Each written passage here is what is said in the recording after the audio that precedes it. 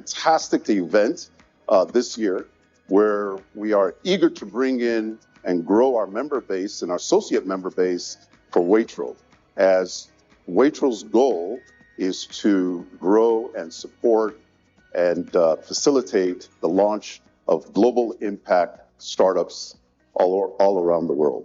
Thank you. I am Hassan Mandal, currently serving as the president of the WAITRO. So the WAITRO is the World Association of Industrial and Technological Research Organizations. So the WAITRO was founded in 1970, is mainly from a global innovation family, dealing with mainly the SDGs of the UN Sustainable Development Goals. When the WAITRO was formed, it may be a kind of a role that a kind of a networking.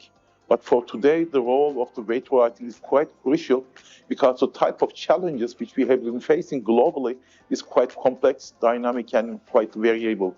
So which means that more than the networking, we need to create the impact. And in terms of this event which we're having in here in Nanjing, and hosted by JITRI, is also our secretary of the WAITRO office. So the type of an experience of JITRI creating in the region, which I think make a good impact and a kind of a learning path for the WAITRO, which we can learn and extend to the whole, other member countries and the whole global innovation family of the WAITRO.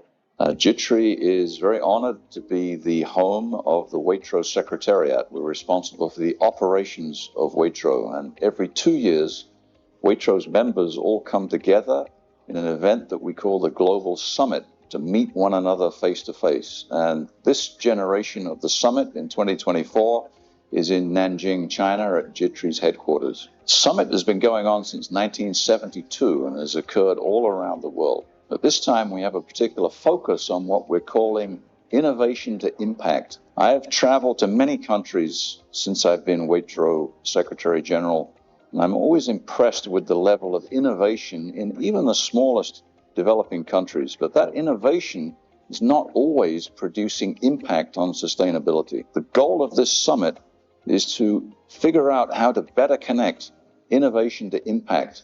And the answer there lies in the connection to markets. Of course, China itself has a very unique market, but WAITRO's structure around the world enables it to connect local innovations anywhere in the world to the global market. And we're trying to help our members move their early stage projects to be more impactful to investors. The fact that it's all happening here in Nanjing in China is great for JITRI, great for Jiangsu province, and I think great for the world. I'm Abir Arafat from the Royal Scientific Society of Jordan. I'm the regional representative for MENA region in WAITRO. It's a privilege to be here with you in WAITRO Global Summit 2024 at JITRI in China. It's a good opportunity to learn from each other from across the globe, and especially in China. WAITRO means a lot to me.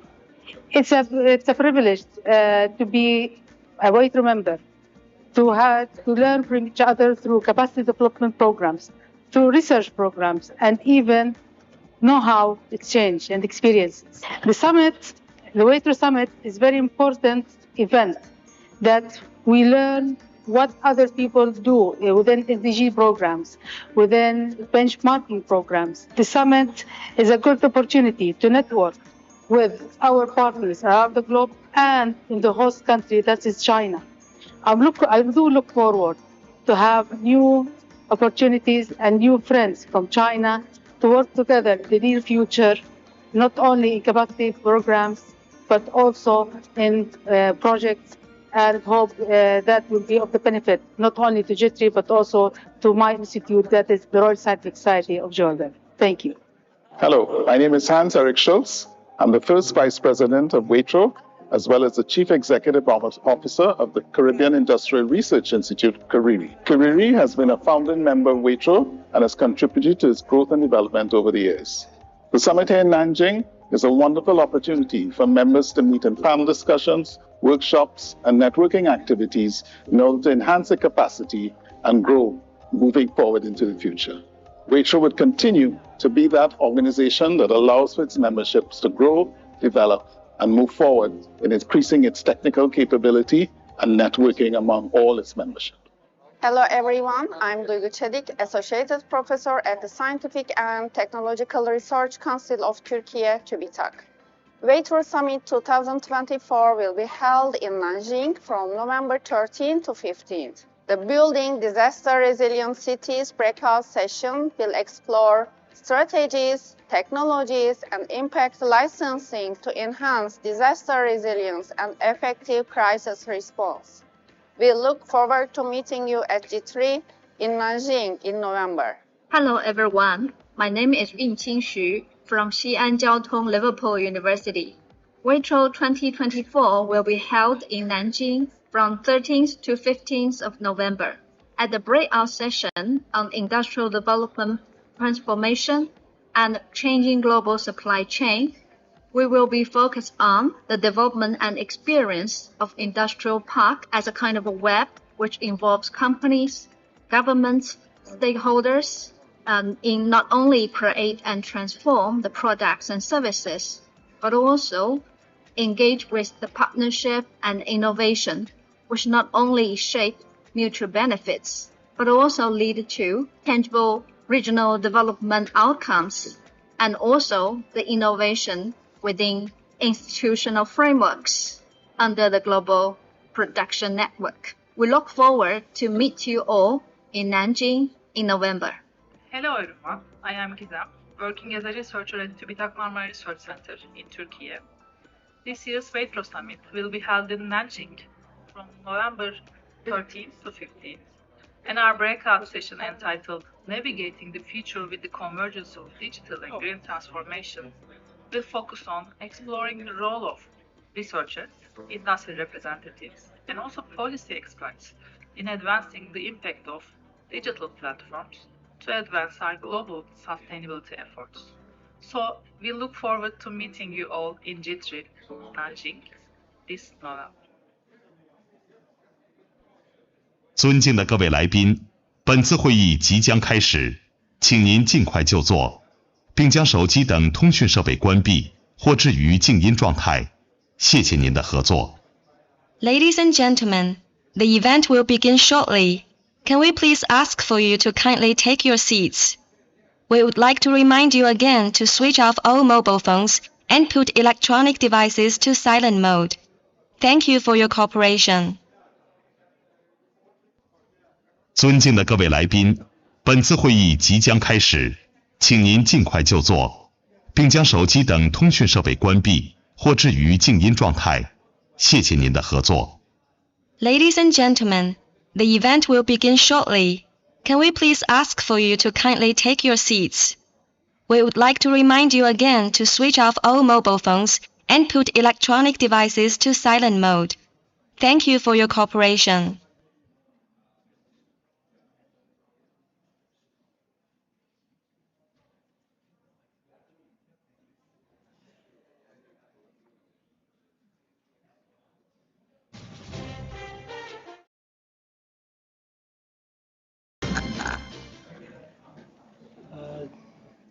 Distinguished guests, ladies and gentlemen, good afternoon, and a very warm welcome to all of you to be part of this afternoon's event. Welcome. We are so pleased to have you here with us today on the third day of the WAITRO 2024 Summit. This gathering also marks a special celebration of 30 years of friendship between Jiangsu Province and the province of North Brabant, a friendship that has blossomed into a strong bond of collaborations. It is a true privilege to host you here at the Economic and Scientific Collaboration North Brabant Jiangsu WAITRO Global Exchange in Nanjing, a city with deep history and vibrant energy, much like the innovative spirit that brings us together today. Here we have an incredible mix of leaders, experts, and visionaries from across the globe, all coming together to explore new ideas and work toward a sustainable future. Today is about coming together to forge meaningful partnership that can drive impactful innovation. This gathering symbolizes the powerful synergy between North Brabant's commitment to sustainable, forward-looking industries and Nanjing-JITRI's pursuit of advanced technological solutions, and also WAITRO's mission to unite a global network for collaborative progress. By combining our strength, we are laying the groundwork for transformative initiatives that connect Jiangsu and North Brabant to a world of possibilities. Let's approach today as an opportunity to share ideas, build new connections, and spark collaborations that will benefit not only our regions, but the global community. Without further ado, let's begin with opening remarks from our esteemed guests. Thank you for all being here. Let's make today a day of inspiring connection and meaningful progress. Now it's my great honor and pleasure to introduce our opening speaker, Professor Hassan Mendel. Professor Hassan Mendel is the president of WAITRO, the World Association of Industrial and Technological Research Organizations, and director of Istanbul Technical University. His work in connecting researchers, institutions, and industries around the world plays a key role in advancing innovation. Please join me in welcoming Professor Mendel to deliver his opening remarks. Please, welcome.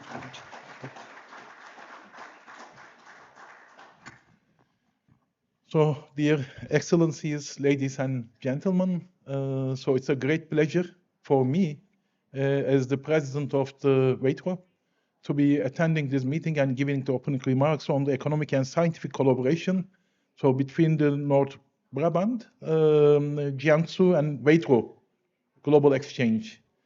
I mean, in fact, this is my first speech as my new term as a WAITRO president. I mean, just finished the elections an hour ago.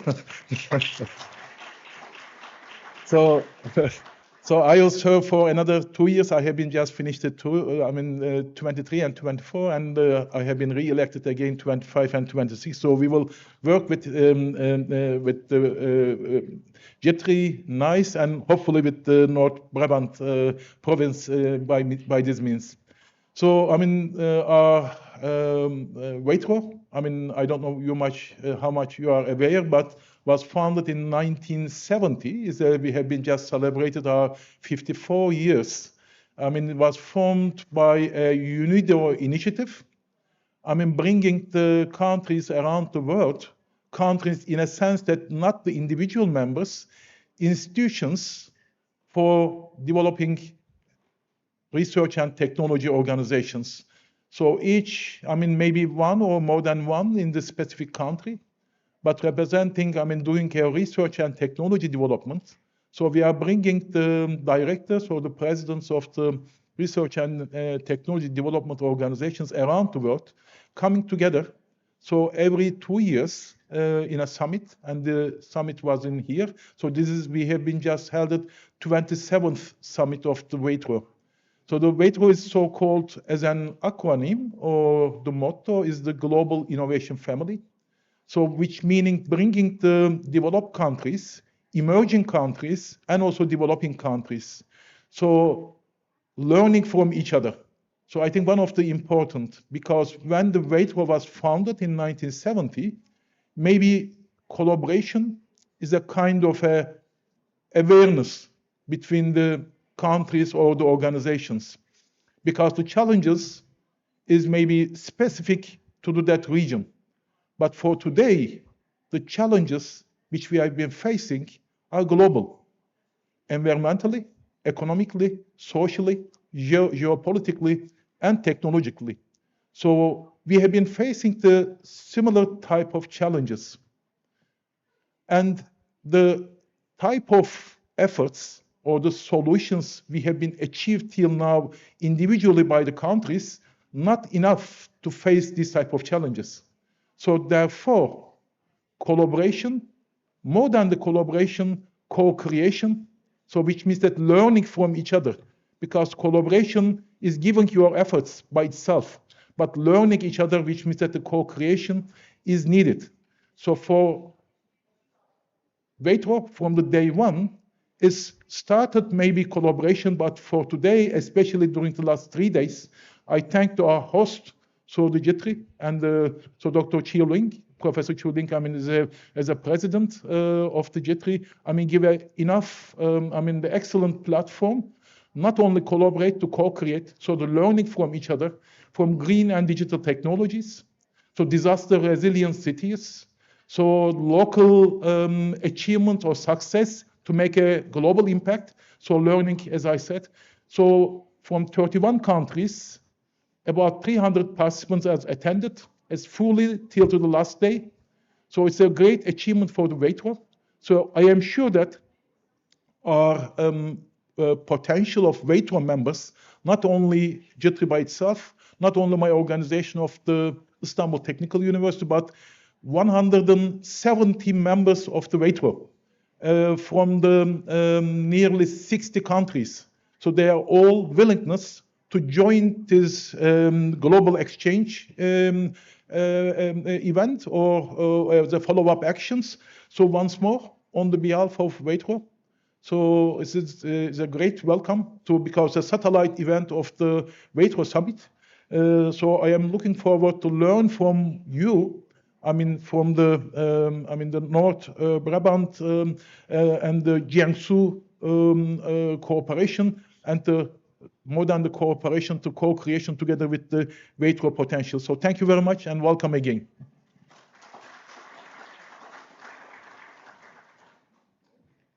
And thank you, Professor Mando, for your inspiring words and for highlighting the vital role of global cooperation in innovation.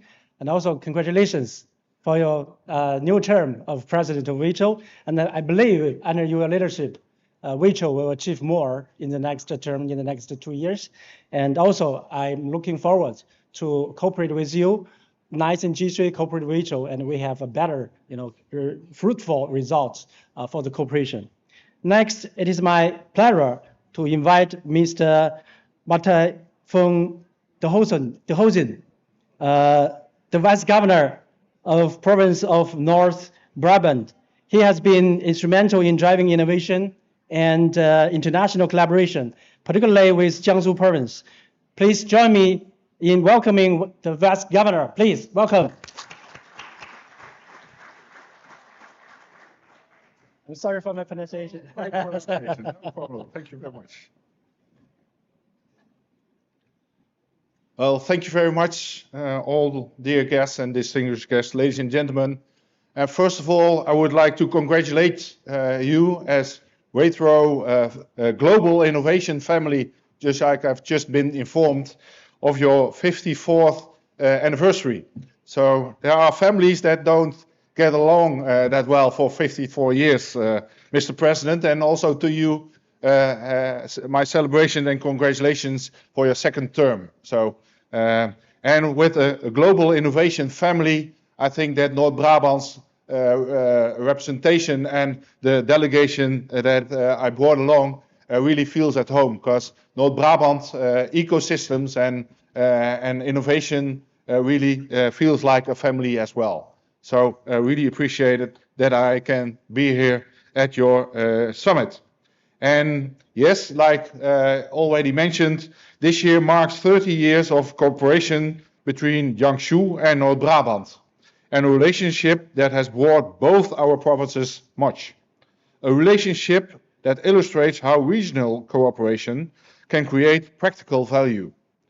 Over these 3 decades, Jiangsu, with its population over more than 80 million people, has proven to be more than just a partner. It has become a reliable base for Brabant companies and institutes in China. And the number tell a clear story. North Brabant represents 1/5 of all Dutch trade with China, and our exports to this region alone have grown from 1.1 billion euros in 2010 to 4.1 billion euros in 2020. And these aren't just statistics. They represent, in my opinion, real partnerships, real jobs, and real innovations. And the world today faces challenges that no one can solve alone. Our aging societies require new healthcare solutions. Growing populations need sustainable food production systems, and climate change demands innovative approaches. These challenges affect us all, but they affect us differently. And this is why our long-standing partnership remains relevant. In Brabant, we focus our cooperation with Jiangsu on specific areas where we truly complement each other: agricultural technology, life science, and healthcare innovation. And we believe that focused collaboration in these fields can bring the most value to both our regions. And when we combine Jiangsu approaches with those from Brabant, we create better solutions than either of us could develop on their own.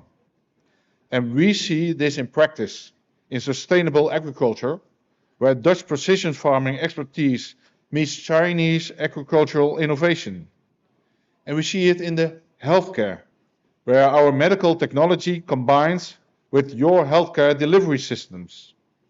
And we see it in practice. Yesterday and today, I visited several companies that demonstrate this successful cooperation. And I was really impressed, because they show how combining Chinese and Dutch perspectives leads to innovative solutions that work in both our markets and beyond, even globally. And I see many Brabant enterprises here today. And some of you have established operation here in Jiangsu. Others are exploring new opportunities.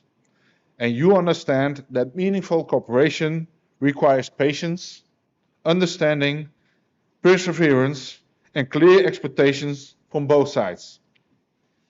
And the presence of the WAITRO network adds another valuable dimension today.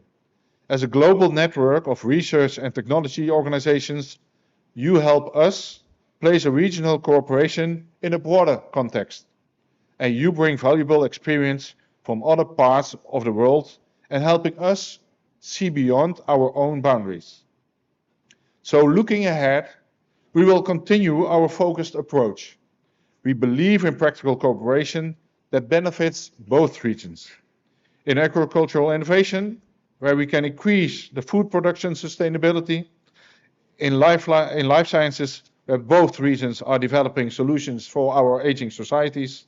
And that are the areas where we can truly complement each other's strengths. I trust that today will spark new connections, and that you will find value in different approaches and perspectives, and that together we can work on solutions that serve both our regions. And for this is the significance of our 30-year relationship. Not just what we have achieved, but what we can achieve together through focused, practical cooperation. It's about building on our strong foundation to create solutions for tomorrow's challenges. Dear ladies and gentlemen, thank you very much, and I wish you a productive exchange. Thank you.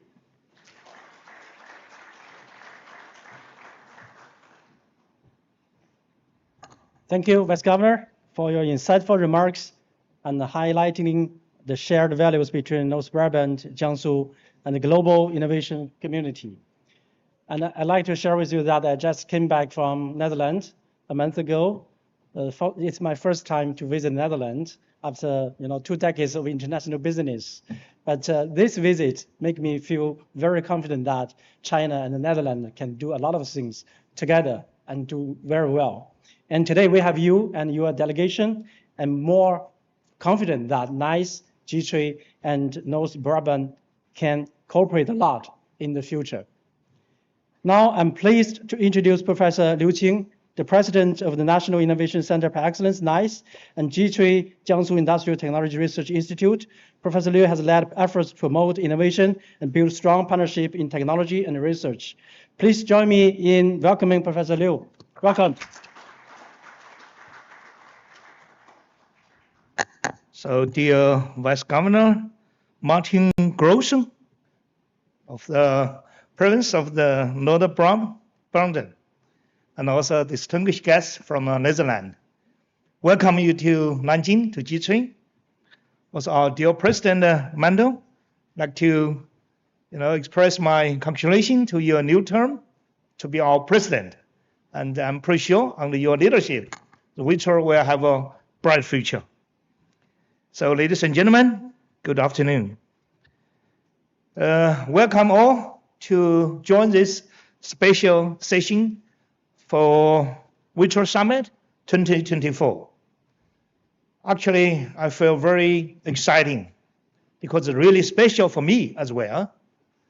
I just had a chat with the Vice Governor during the lunch. My very first trip to abroad is to Eindhoven, Netherlands. That's back to, actually, Vice Governor helped me figure out, it's 36 years ago. Yeah. So that's a year the Netherlands got the champion for football. Yeah. So I was shocked on the street. Whoa, what's happened? Yeah. Everybody on the street to celebrate. Yeah. So I was really, And of course, it's also special because this is 30 years, anniversary between the two provinces, yeah, for friendship. And G3 as a secretary for host the secretary for WAITRO. This is our first time to have this WAITRO summit. This is also our first time for our president to visit us. So I feel really very special. We have this Nord Brother Jiangsu WAITRO Global Exchanging. Yeah. Nice, or G3. G3 was born in about 11 years ago. Since we did quite a good job, the current Prime Minister, Li Qiang, when he promoted from Jiangsu to Shanghai, so he invited me to expand the business of the G3 to cover the whole Yangtze Delta region. So that's the reason why we have the NICE. We call the NICE National Innovation Center par Excellence. It was established 2021. It's about longer than 3 years. But under the NICE or G3 umbrella, so far we have more than 100 applied research institutes that are working to the R&D and also the technology transfer, the service for the industries. Among this 100, one of the star really is Suzhou. So that's Mr. Hans Dioster. I met him, I don't know how many years, 7 or 8 years ago. Yeah. And just by coincidence, just from the 5 minutes, conversation, I figured out this guy is really the good guy for Jiangsu. This company is really, the business model is really what we like to learn from. So I called him back and I said, could you come back? I said, no. I will travel to Vietnam because I have another business meeting there. I said, okay, and then from Vietnam, I will back to the Netherlands, to Eindhoven. But then I said, okay, 2 or 3 weeks, I will be in Germany. If you like to host my visiting, I would like to change my schedule to have a 1 or 2 days stop in the souks. So what, thank you. You also had, he went to the airport to meet me.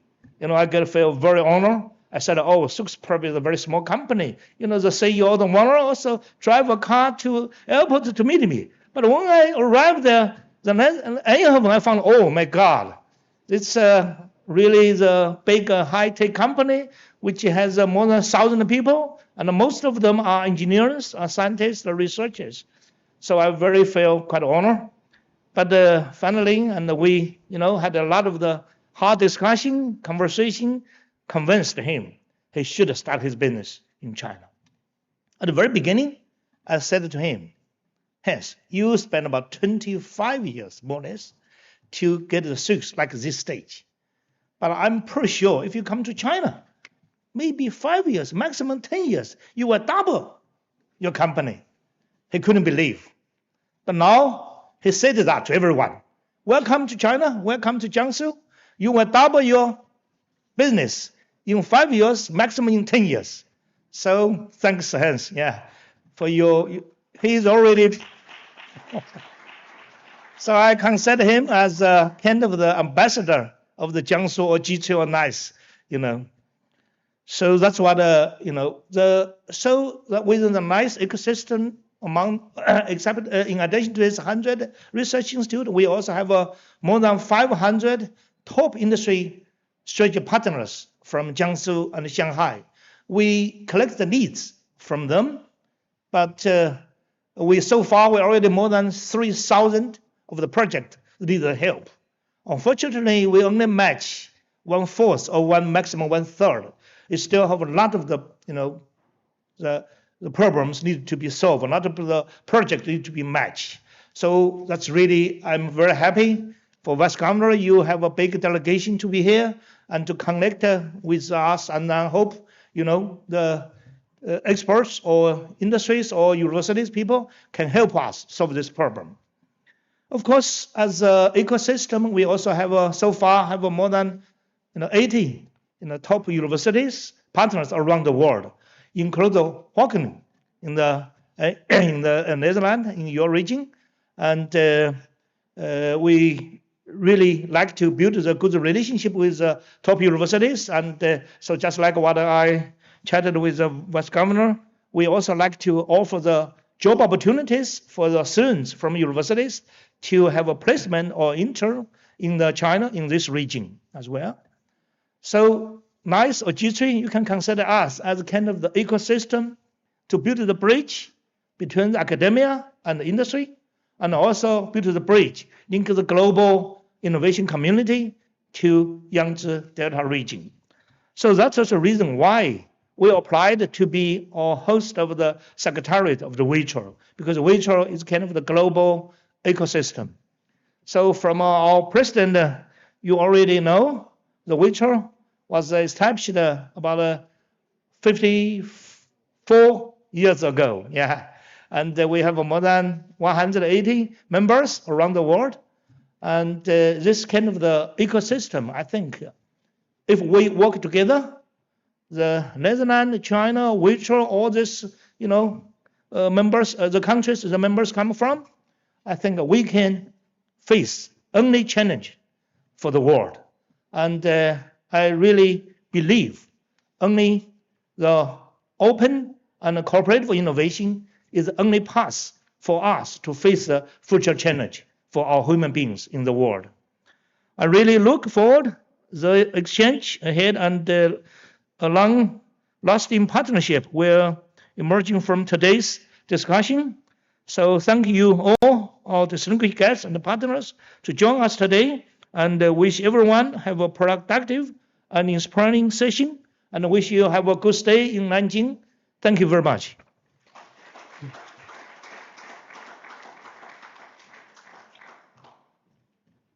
Thank you, Professor and President Liu, for setting the stage for our collaborative endeavors.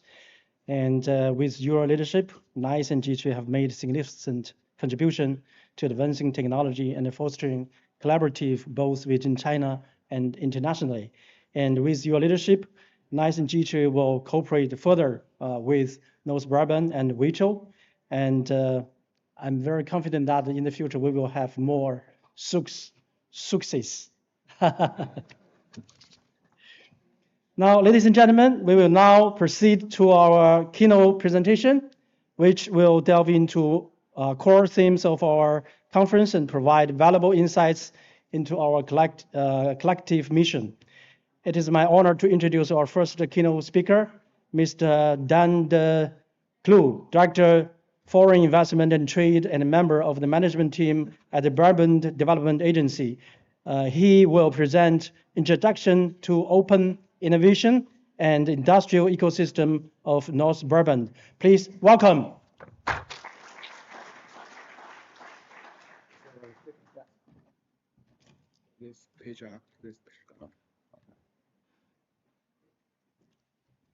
Good afternoon, ladies and gentlemen. My name is Dan de Clou, and I'm honored to be here on behalf of the Brabant Development Agency. And as you can see Brabant is only a very, very tiny province in the rest of the world. But we have big ambitions. We have a unique foundation, knowledge and expertise, world-class industry, and we are innovative. And that's why we are here today. We already heard from the president of WAITRO and the president of JITRI that we all face global challenges. And innovation,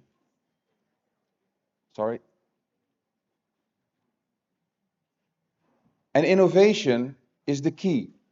And I'm not discussing today the geopolitical dynamics or the challenges that we all face in international business. But I mean the goals that were defined by the United Nations, the Sustainable Development Goals. And there are 17, but I just mentioned 3 of them. One of them, of course, is about food and food production. We all want to ensure that everybody can eat a good meal around the world. At the same time, we want to ensure health and good health care for everyone. And to drive our economies, energy and the way we produce it needs to be sustainable. So for us, as a region, we feel that innovation in combination with entrepreneurship is key to create these sustainable solutions. But there are different types of innovation. One of them is technological innovation. It's the basis. It's about new technologies, new materials, new type of actuators and sensors that we can develop. But the next level is system innovation, where you combine different domains. Let's say innovations from the energy domain, you combine it with ICT, and then you combine it also, let's say, for the automobile industry. It requires an additional layer of collaboration. If you really want to make a societal innovation, you go a step further. You have to involve society as well. We have to change the way we produce and eat, the way we take care of our health and supply healthcare, but also the way how we produce and consume or distribute energy.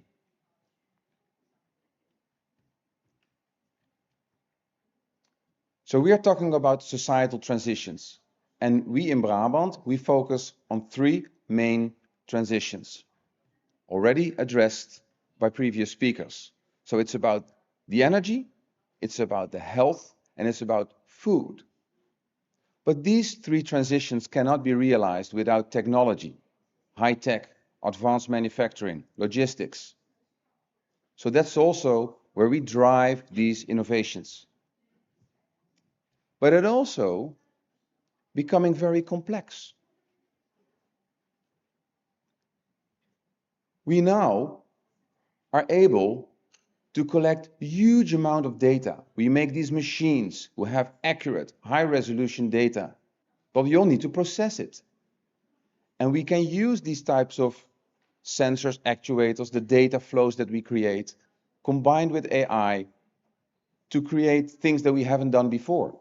For instance, for medical treatment, but also for food production, robotics. We visited a robotics company here today. And we really think that also automation of industry is one of the solutions to increase productivity and also to feed everyone in the world. Let's talk about Brabant. Brabant has a unique foundation. Well, Professor Liu, you visited Eindhoven, and Eindhoven was the foundation of Philips. And Philips has been providing us with a rich history and a lot of knowledge and unique expertise in development, engineering, and science. And throughout the years of Philips, a lot of new companies have originated from Philips. ASML, NXP, Thermo Fisher, They are born out of research from Philips. So innovation is in our DNA. We all know how to work together and how to build new innovations. It's not only companies that work together, but it's the combination of companies, universities, and government in close collaboration with society to make these innovations. So collaboration is key. And working together is essential to create successful innovations, to share the knowledge that we all have. Because it's impossible to have all expertise in one company to create new innovations. So it becomes more important to know who knows what you want to know than to know everything yourself. And we have created this system of continuous exchange of knowledge and expertise. And it's the public organizations together with the private organizations who engage in long-term partnerships. So what is open innovation? Open innovation is not the same as open source. By combining technologies, but also knowledge and data between partners, you can create new intellectual property. And it enhances the knowledge position of all companies and institutes that are in the ecosystem. So it's not only the IP position of individual companies, but the system as a whole who benefits from it. And to give you an example, already mentioned, within the province of Brabant, all the companies are responsible for more than half of all patent applications in the Netherlands. And that's because of our innovative nature. Trust and respect is essential for this collaboration. Not only to trust each other that the value of the other one is also valuable for you, but also that you share and respect the business opportunities that arise from it. So everyone should have their own business opportunity and to pursue it. And we have different ecosystems in Brabant, focusing on green chemistry, robotics, AI, digitalization, life sciences, and high tech, and automotive. These are all topics that here in the Jiangsu province exist. So that's a reason why we, of the province of Brabant, North Brabant, work together with Jiangsu already for 30 years.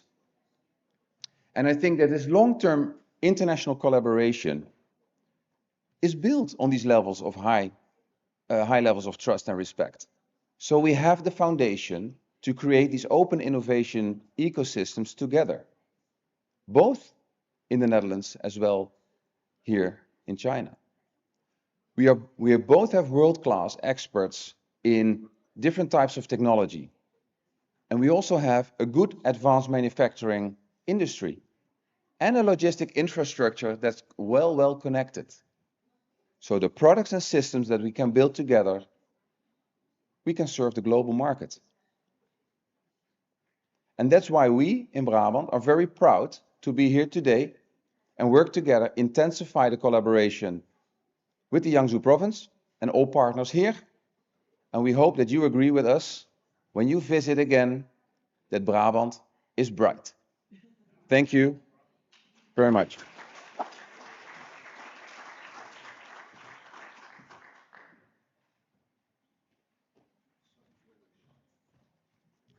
And thank you, Mr. De Clou, for your comprehensive and insightful presentation. Your overview of North Brabant's open innovation model and industrial strengths provides a solid foundation for collaborative discussion.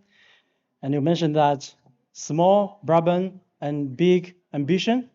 And actually, I think so is Nanjing, and so is WAITRO.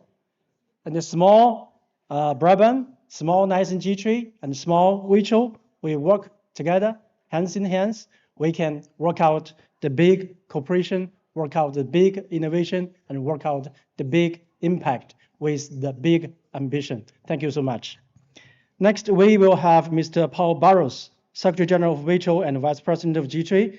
Dr. Barros will present an overview of the WAITRO network, highlighting how this global network fosters innovation and partnerships across borders. Please welcome Dr. Barros to the stage.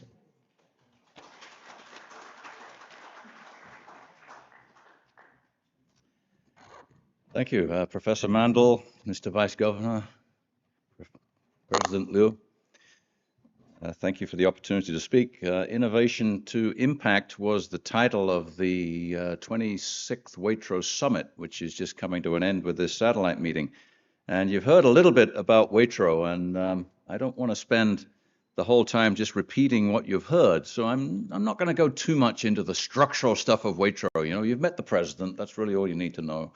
Both my bosses are here, right? Because the secretariat of WAITRO is here in JITRI, has been for the last, well, since 2019, at least in part.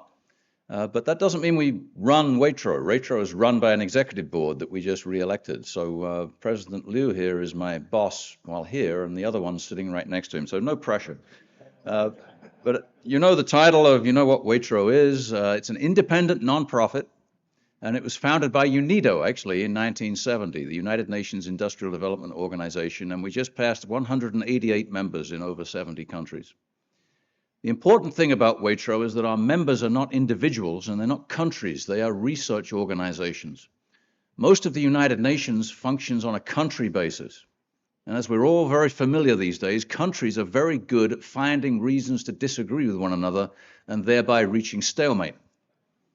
Organizations, on the other hand, in my experience, are mostly full of people who just want to work together to solve problems. And this really infuses itself into the structure of WAITRO. Its nickname is the Global Innovation Family. We come together across borders and boundaries, and the importance of this was actually highlighted in the Global Sustainable Development Report last year, which was actually like the midterm report on the Sustainable Development Goals. Most of which made fairly depressing reading because we're either going nowhere or actually going backwards on most of the SDGs. I know I'm not supposed to bring that out, but the high point of the report was that it highlighted the need for not just new science, but new what they call socially robust science, which is accepted in the region and therefore actually applied in practice in order to get back on track. So you've seen the SDGs, and WAITRO is now focused primarily on the SDGs, and this is simply our mission statement, where I would just highlight two words: to empower and facilitate our member networks. The empowerment we do by a process that we call capacity development, to learn from one another about best practices and ways to get research into impact. And the facilitating is where WAITRO works best. And it works best when it works as a network. In 1970, networks were very clumsy things. You had to put a stamp on an envelope and mail a letter. I don't know how many over here are actually old enough to remember that. We have actually entered now the age of networks, and WAITRO was there, ready, and it's now coming to maturity. The reason I won't go too much into our strategies is that you can read it all on the web, and you can read it all on the internet. If you're really interested in the details, go look at the WAITRO strategic plan on the WAITRO website. And I want to talk to you more a bit about how WAITRO is changing in the last few years to address the issue of this meeting, actually. How do we get research connected with industry? But here's a few of the things we do. We actually had an online matchmaking platform called CIRA, and it was built by our partners, actually, in Fraunhofer Institute. For the first 4 years of the Secretariat, it was a partnership. And we still have those involved in other ways. But CIRA was an online platform to bring together teams where you might have a missing part of the team, and the missing part might be a piece of equipment, a piece of know-how, or indeed a market. And you could go on CIRA and make a challenge, and the rest of the registrations, registered people from CIRA would see that and respond. I use the past tense because right now it's kind of on hiatus for a lot of technical reasons, but we're working on CIRA 3.0. through WAITRO, and because of that, it's a good time to be telling us what you're looking for in a digital platform for matchmaking and how we can optimize it. Capacity development, I've mentioned. The WAITRO Summit is what's been going on here for the last 3 days, and the reason that I have to apologize, my voice is getting a little bit scratchy, so I've basically been talking for 3 days, which is a challenge even for me, if you don't believe it. Benchmarking is a way of comparing performance between different research and technology organizations to, again, learn the best practices. We've instituted working groups in some of the SDGs to build advocacy. As Secretary General, I'm not an expert on all of the SDG areas, so I need our members to tell me, what do you need me to advocate for? And the working groups are building to bring in that information. SDG Impact Awards, I'll talk a bit about more. That's what I'm going to focus on, actually, and fellowships promote international staff exchange. They really are what they say. We send out a lot of surveys to our members about what they're looking for in capacity development. And the number one answer that always comes back, as I said this morning, is what I always call the F word. They write the F word on their responses to my surveys. The F word is funding. It's what everybody needs, what they're all interested in. And if you look at the United Nations report, it turns out that just for environmental and social issues, there is a gap in funding right now that we're investing, depending on which agency you believe, is somewhere between $2.5 and $4 trillion a year. That's the gap that we need to fill to fix the environmental issues. Technology innovation is not going to be enough to solve this. We need innovation in financing. That gap, if you look at the traditional places where research technology organizations look for their funding, WAITRO members have been fighting over the same pot of funding for the last 54 years, and it's mostly government funding, foundations, and global development assistance. It's maybe $1.6 trillion. There's put all of that into the environment, you're not going to fill the funding gap. So where's the real money? Where can we fit the funding? If you look at other sources of money, if you start to look at global public debt, private sector debt, global equities, this money is well over $200 trillion, and it's sitting out there, guys, looking for places to be invested because people don't want to just keep it under the mattress. Problem is then that the private sector is a very valuable partner that can help bend the curve, as we say, and it can operate at the scale that we need to save nature. I have to rewrite that because I always like to tell when I give a keynote to kids, I say, you don't have to worry about saving the planet. I said, it's not going to be a problem. Planet's going to be just fine without us. We're not saving the planet. This old planet's been around for 4.5 billion years. It's survived meteor impacts, supervolcanoes, climate change, the sun changing. What we need to be saving is our cozy little ecosystem that we've evolved into. It's not an altruistic thing to say. But anyway, so we need the private sector to do that. But the private sector needs a different type of project. They need investor-ready projects, whereas research organizations, most of our members, of course, mostly focus on early-stage technology. There's a mismatch whenever we bring these together. WAITRO needed to change, and we've changed it over the last 4 years. The first thing we did was expand the global innovation family. Our regular members, we call them our full members now, were research organizations, companies that are in the business of research. In 2020, we created a new category of membership for WAITRO in the General Assembly. We call it associate members, and it's for industry. It's for organizations that are not in the business of research, they're in the business of profit, but they need research, focused on sustainability issues, again, across national borders. And what we now focus on is bringing those together to make teams. And then we're looking at bringing in the investment community that I just mentioned to form projects and create impact. You may notice that that is awfully similar to the JITRI model that's been presented earlier. And in one way of thinking, we're basically globalizing the JITRI model now across the world through WAITRO. You can look at WAITRO membership. Actually, Sub-Saharan Africa has traditionally been our strongest membership. The dark blue is our full members and the light blue is associate members. Asia Pacific is coming up fast because with the Secretariat here, of course, we get a lot of attention within China, and particularly the summit that we've just had. We got about 7 or 8 new members just out of that. So that's China-driven. And I put that up not really as that we're trying to take over the membership of WAITRO with Chinese members. It's more like a challenge to our other members, particularly our regional focal point for Europe, that you got to compete. Go find some members to match that and keep WAITRO global. The missing gap is still North America because when WAITRO was founded in 1970, several of the big American RTOs were in there. And they drifted off in the 1980s and 90s. It wasn't my fault. It was before I came here. And I'm trying to bring them back. But if you've been looking at American politics lately, global cooperation isn't exactly top of their agenda. But we do have some associate members, the ones that are actually interested in doing business. They're coming into WAITRO and working with us. And one of them in particular was completely enabling for something that I'm going to tell you about now, this is the last thing I'll talk about. At the last global summit, we ran a special event that we called the SDG Impact Poster Competition. And we asked our members, make a poster on the most impactful work you're doing on the SDGs. And we got about, 50 or so posters. But I put a judging panel together from our associate members, from investors. And that threw a loop on everybody. It was a very popular session. People networked around it. It was great for bringing people together.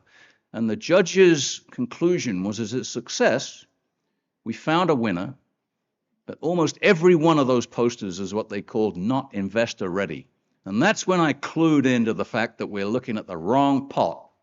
And what WAITRO really needs to do is provide a service for its membership to help them move past that. You'll see a lot of matchmaking going on around here and around everywhere. Introducing innovation to industry, introducing technical groups to industry. And an analogy occurred to me a couple of weeks ago, and thanks to ChatGPT for realizing it for me. It's a bit like you've got a coffee plantation, and your friend down the street has some cows, so you bring the cows into the coffee plantation. They're very happy cows. And a couple of weeks later, you come back and you expect to find a nice latte coffee there with a nice patent on the top. That doesn't work very often, right? And I think we're largely doing the same by bringing research groups around to industry. You can introduce them as much as you want. Basic research people and industry people looking for solutions are not always going to overlap. Coffee plus cows don't always give rise to lattes. It might give rise to some other stuff that's down there. Watch where you step after a few weeks. We realized at WAITRO that the difference in building investor readiness requires us to actually figure out how to milk the cows, how to pick the coffee, how to roast it, and how to put them together into this nice dessert. And that's what we're doing with the WAITRO Summit this year. We started with a webinar, actually all the way back in July, when I brought in 3 of our members. Wesley runs an incubator in Houston in the US called Headway Idea Labs. Jean-Marc Champagne is out of Hong Kong, China. He has an investment outfit looking at sustainable and bankable solutions. And James Devitt is an industry expert from the UK. They presented what's missing. What is missing in investor-ready SDG projects? And it's things that you don't usually think about as a research group. It's things like offtake agreements. It's things like scalability. It's things like what corporate structure makes sense to spin this thing out into.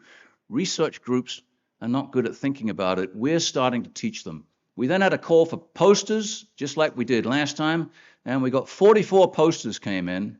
We had a poster display, and we picked the top 7 for a trial by fire. We brought them up here, and we gave them a 1-minute pitch.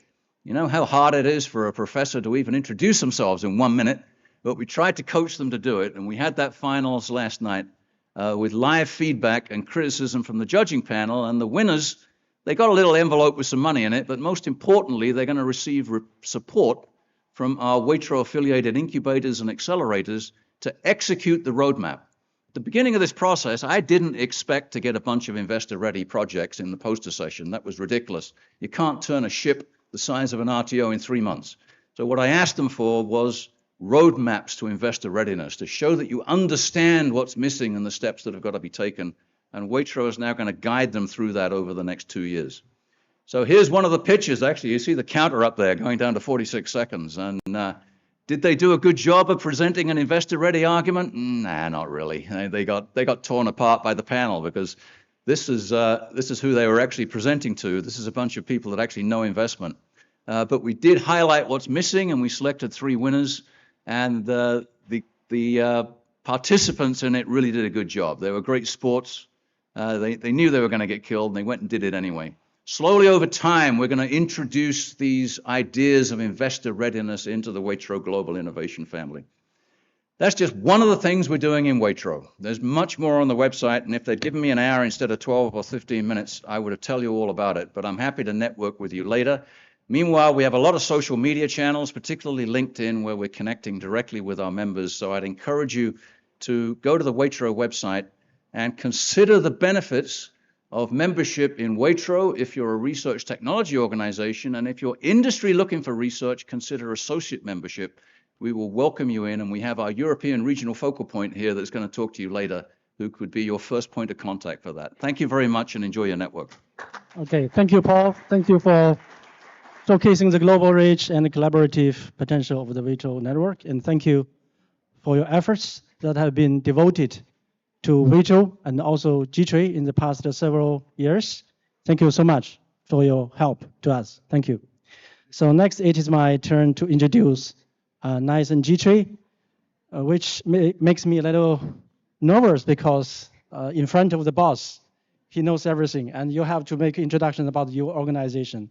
So any mistakes you made, he knows. So I'd like to introduce NICE and JITRI a little bit. As our boss have mentioned, we act as a bridge to connect academia and the industry and to connect this region and the globe.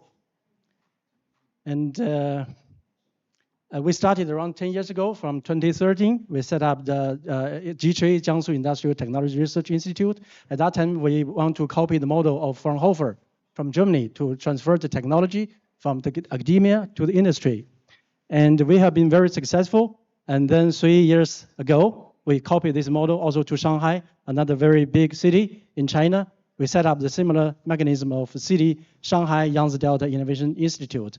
Simultaneously, we were given the name of NICE, the National Innovation Center for Excellence, by the central government and Ministry of Science and Technology most. And in the future, we will expand it to another 2 provinces, Anhui and Zhejiang. Then there's 3 provinces and 1 city. We call Yangtze Delta region in China. And this area, we have the population of 17% of the whole country, and for GDP, 25%, and for R&D investment is about 30% of the whole country, and FDI, foreign direct investment, is about 40% of China, and for the manufacturing output is about 8% of the whole world. So this is a very good place for technology to be transferred because we have a very strong industry. And we also have around 460 independent colleges and universities, 5.6 million students in the colleges, and also 2.8 million R&D personnel in this area, in this region. So we can say that this region is the most innovative, most industrialized, and most internationalized area in China. And we do 3 things, sort of. The first thing is to do the tech transfer. We set up the R&D platforms, we collected innovation resources, and we reach out to collect the industry demand.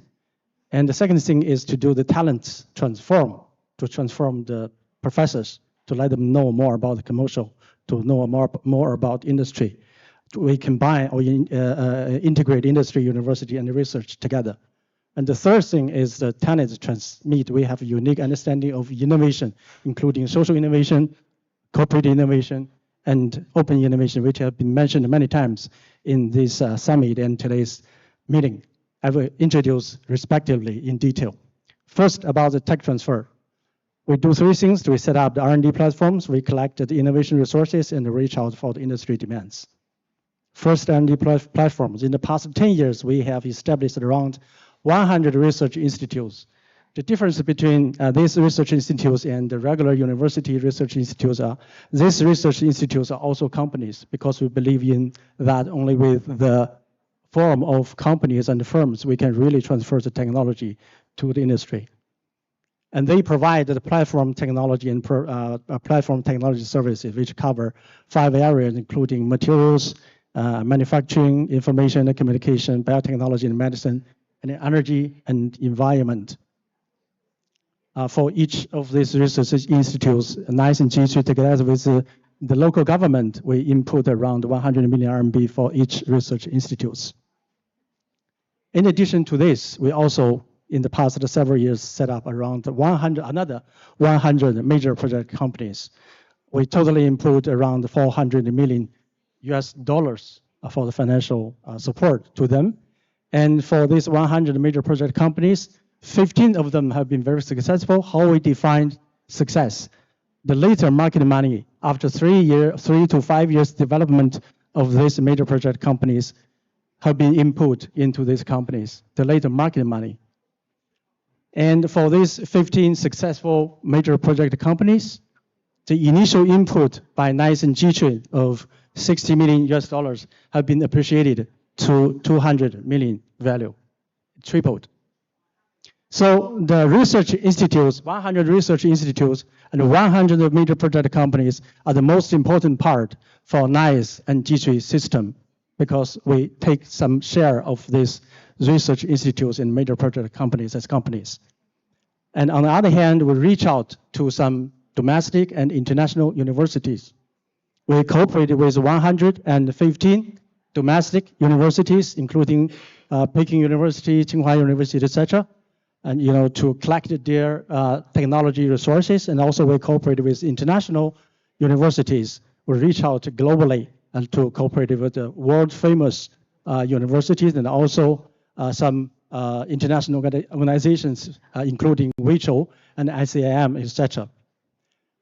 And simultaneously, we also cooperated with the multinational corporations, MNCs, which have R&D centers or factories here in China, specifically in Yangtze Delta region, because they have a very unique innovation resources. So this is the second part of JITRI and NICE system, the innovation resources. We can take R&D platforms and innovation resources as the provider of technology. As I mentioned, we act as a bridge. So the other side of the bridge is the industry. So we cooperate with the industry. We collect the industry demands. We cooperate with around 470 top companies in different segments. How we define the top companies? They are the top one in this region in specific segments, or top three in around the country.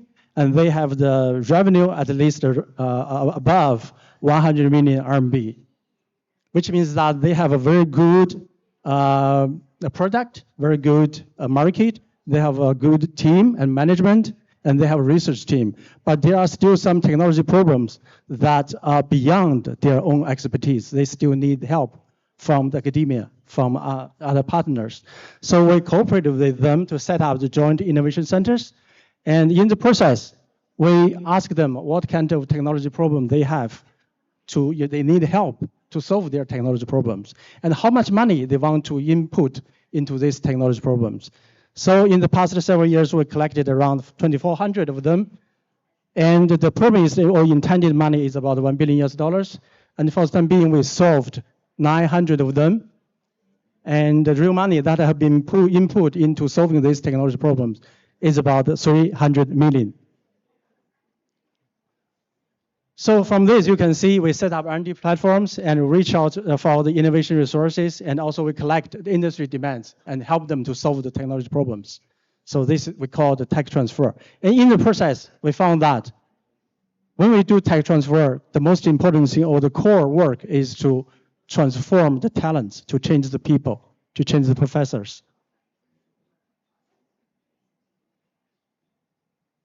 So we recently put a lot of efforts in education, but our education is different with the university education. Our education oriented for the preach ways of business and the teach works of enterprises and the research of wonders of industries.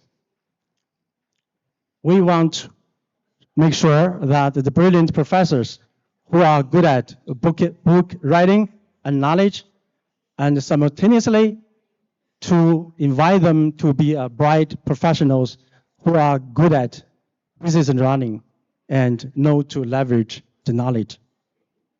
With this in mind, we have a series of mechanisms, including the JITRI project managers, JITRI researchers, the JITRI graduates, and JITRI undergraduates.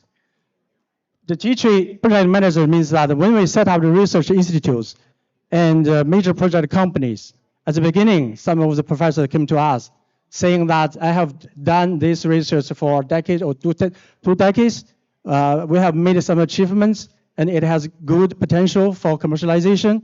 You can support me, and then we can give them a small amount of money, 20 to 40,000 US dollars for a period of time, 3 months or half a year, and they organize a small team and to do the business plan and to study what kind of products their technology can really work out, and who are the potential customers, and what is the potential market volume, and who are the potential competitors.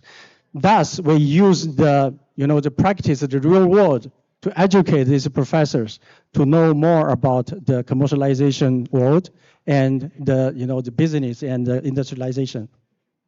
And also we use the technology problems unsolved. I've mentioned we collected 2,400 technology problems. We solved 900 of them. There are still 1,500 unsolved. So we use these unsolved technology problems to give them to the researchers, to give them to the graduate students, to invite them to do the research rather than to imagine a problem to be solved. And also recently we put a lot of efforts in the undergraduate students. We invite the undergraduate students in the university to come to the industry, to come to the companies, to come to the commercialization world for opportunity for internship, to let them know about the real world as early as possible. So that's what we have done in terms of education, because we are not an educational organization, but we put a lot of education efforts in the process. And in the process of education, we also feel that there is still another layer of core, which is the tenets. So the understanding or belief of innovation, including social innovation, cooperative innovation, and open innovation. For social innovation, we believe that the essence of innovation is not only about the technology, it's not only about the patent, it's not only about paper. It's about new value, including social value and economic value. And social value provides innovative sustainability. Economic value protects sustainable innovation. And both are very important, both are indispensable, but the social innovation is the final goal, and economic value is the basic for social innovation. And for cooperative innovation, there are many models to describe the process of innovation. TRI, technology readiness level, or value of dice, 1 to 9. And we have a different, maybe another way of thinking of this process, from science to technology, to engineering, to process, to scenario, and to market, or from invention to production to application. But we can also think this way: it's still from science to technology, to process, to scenario, to market. But this way, the market and scenario is more closer to science and technology. And we can use scenario and the market to lead science and technology. We can use the application to lead the invention and the production. And in this process, we act as a bridge. We connect the scenario and the market with science and technology. It's very like the clock. The similarity includes they are both closed loop, they are both start with end, they are both inner driven, and they are both round up. And for the second hand of the clock, it means knowledge of innovation, because knowledge changes very fast, and the second hand changes very fast. And also minute hand means the capital, and hour hand means the talent. But talent is the most important part in terms of innovation, but it is very hard to change. And for the date, indication means the proof of concept or pilot test. And for the month and the year, it means a different generation of innovation or iteration. So it's very like, innovation process is very like the clock, or the model of innovation is very like the clock. But inside the clock, there are the gears. The gears, different gears, should cooperate with each other. which means that in terms of innovation, the corporate innovation, the scientists as the investigators, the engineers as the inventors, and also investors, involvers, the technology transfer officers, the content, the lawyers, and officials can work together, and entrepreneurs can combine or integrate all the elements together. And in the process, NICE and G3 are setting up the ecosystem to invite every partner together to cooperate very effectively. That's what we understand about cooperative innovation. And for open innovation,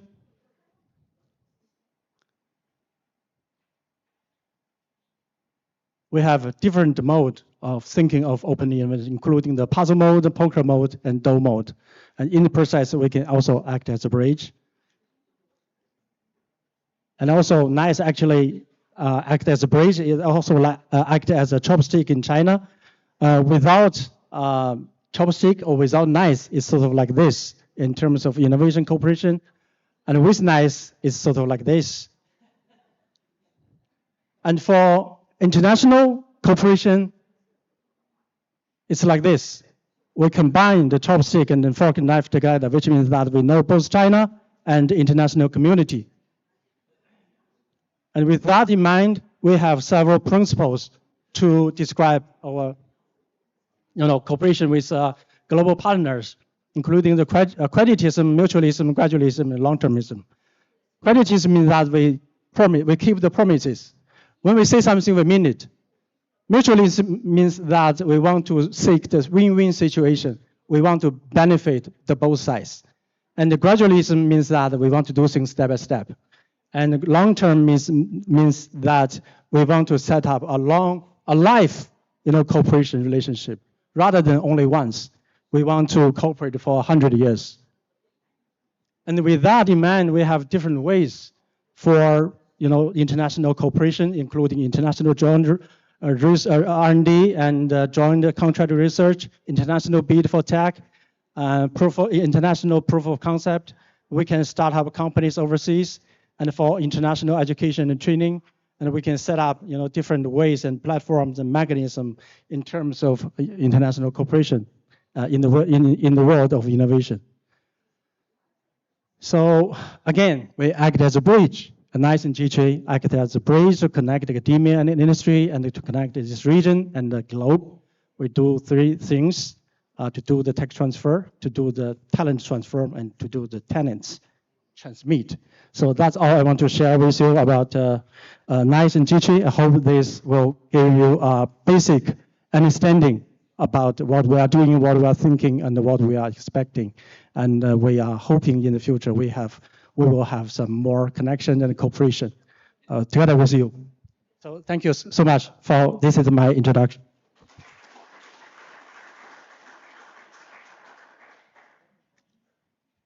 Next, we will hear from members of the North Bourbon delegation who will present their cutting-edge projects and explore potential collaboration opportunities. Our speaker represents some of the most innovative companies and institutions in the Netherlands. Each presenter will share their organization's vision, current projects, and areas where they seek collaboration. Please join me in welcoming Mr. Steve Wang, the North Bourbon representative to Jiangsu, to the stage to lead this session. Please, welcome. Thank you. Thank you, Mr. Chen. Our Vice Governor is going to have another important governmental meeting with the Jiangsu Department of Science and Technology, so they just left us for the moment. Okay, now for this session, we will have 9 broadband organizations and all the companies to do a presentation for you. As introduced, broadband is very strong in high-tech system materials, modern agri-food, and health science and technology. So also circular economy. So today we prepared some presentation for you. And first, let me introduce the co-win ecosystem from the David Bayer to give you an introduction about COVID. Let me invite you that every page we only maximum 4 minutes. Please control your time. Thank you, David. Floor is yours. Thank you very much. So my name is David, and I'm happy to work with Cowen. Very recently started, so I was very happy to learn from Professor Liu just a couple of minutes ago that I'm actually working with a good guy in the name of Hans Duisters. Our mission is to build a bridge for Dutch high-tech companies to actually help them establish in China. And I'm going to search for the remote.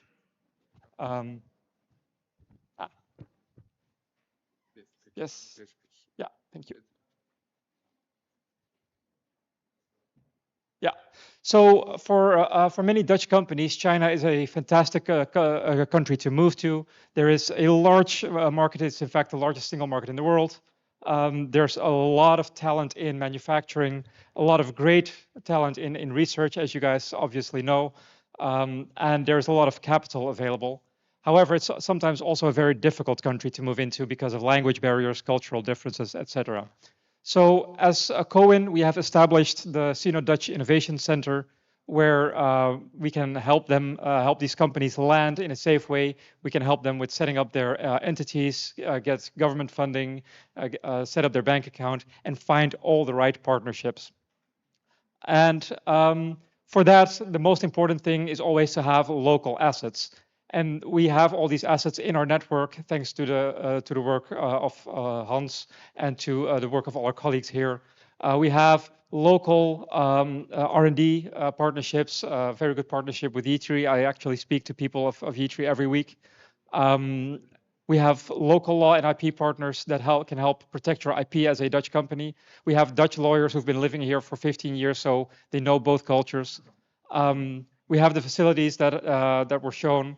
And we can also offer services in distribution of technology and with the recruiting of your people. We have been working together very closely with JITRI also for investing in these companies, both through the project management company and with their equity investment propositions. So for all the Dutch companies here, please also talk to us about this. And it's all about building a huge ecosystem of these partners. So, of course, you know CIUX and the province here and JITRI, but we also work together with Yes Delft, which is a startup incubator in Delft that I used to work at for 6 years, with a lot of high-tech startups. And we work with High-Tech Excel in Eindhoven, of course. And so basically the key is to work together and to collaborate. So let's win together by amplifying each other's strengths. So let's go in. Thank you.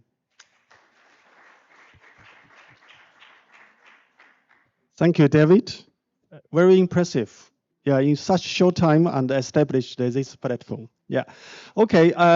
Next, let's introduce Hans Duister, the CEO of CIUX Technology.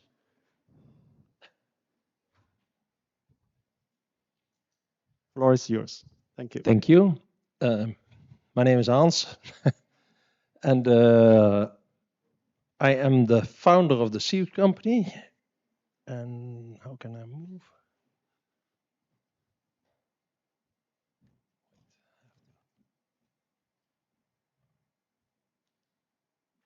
And I cannot operate a remote control. The other one. Is it the green one? Yes. Oh. That's good. Tijd gaat nu in. Time starts now. I'm Hans, the founder of CIUX, technology company. We have 1,300 engineers, 1,000 in the Netherlands, 300 in Asia. And we have the headquarters in Asia in the Jiangsu province in Suzhou. 200 engineers are working over there. And what do? We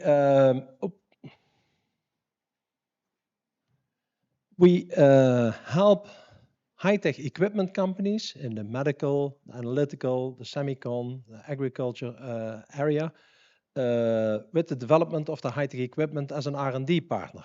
So outsourcing in China and manufacturing is quite common, but outsourcing in R&D is quite new. And that's where we contribute, being an extension of the R&D department of our customers. We talk about open innovation. It's the technology development of high-tech equipment is so complicated nowadays. If you have to know everything about mechatronics and electronics and optics and photonics and software and mathematics and AI, it's too much. So if you tap into the right network, a network, for instance, like in the Netherlands, where you have companies that have 50 years experience in those domains, then you can move on very fast. The major example is ASML. 85% of the development and manufacturing is outsourced by ASML to the supply chain and the value chain. And China is new in that. China is moving from closed innovation, means doing everything by yourself, to open innovation, and that's where CX comes in. I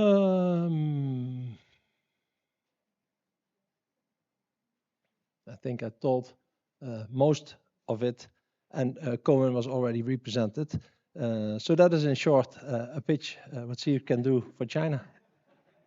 Within the time, eh? Thank you, Stux. Really, really on time. Thank you. Okay, next let's invite Mr. Liu Haitao from Signify Research Institute.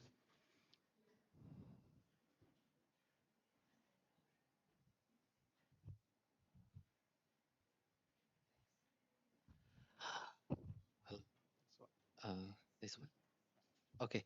Thank you. I'm Liu Haitao. You can call me Haitao, the head of research Signify. You know, it's very challenging to finish the presentation within 4 minutes.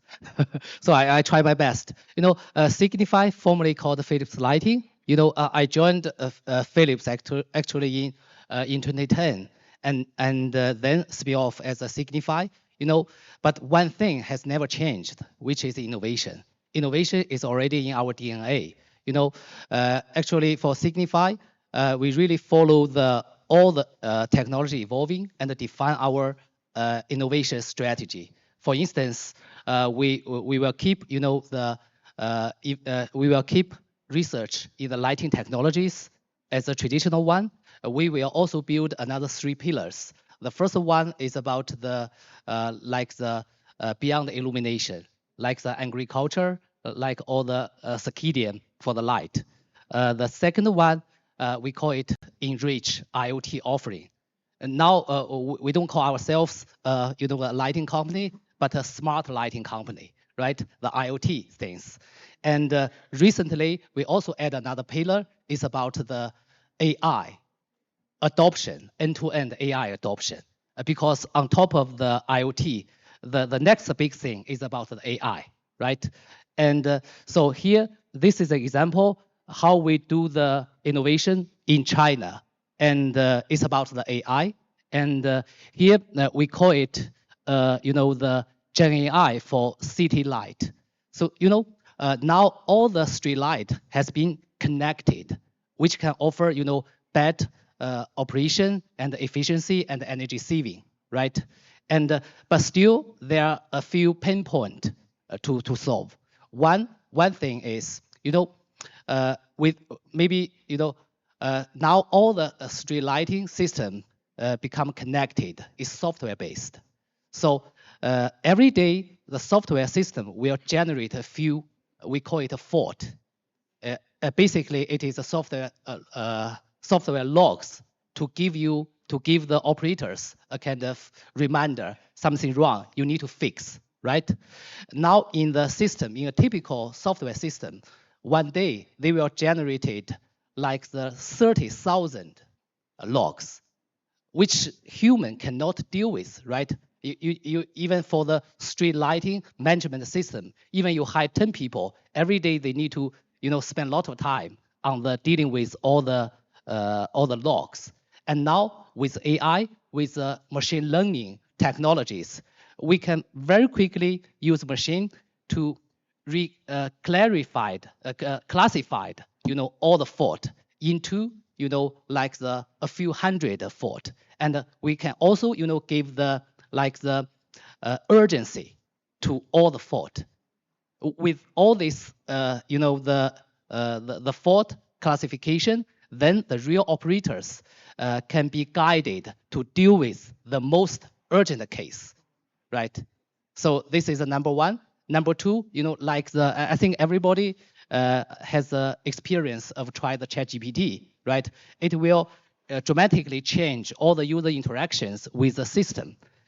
In the past, you need to follow all the complex UI, and now you just need to chat with the system. Now we also apply the conversation-based UI with the whole system, and we collaborate with Chinese large language model like the Zhipu in Tsinghua University, and also the Alibaba, the Tongyi Qianwen, which performed very well.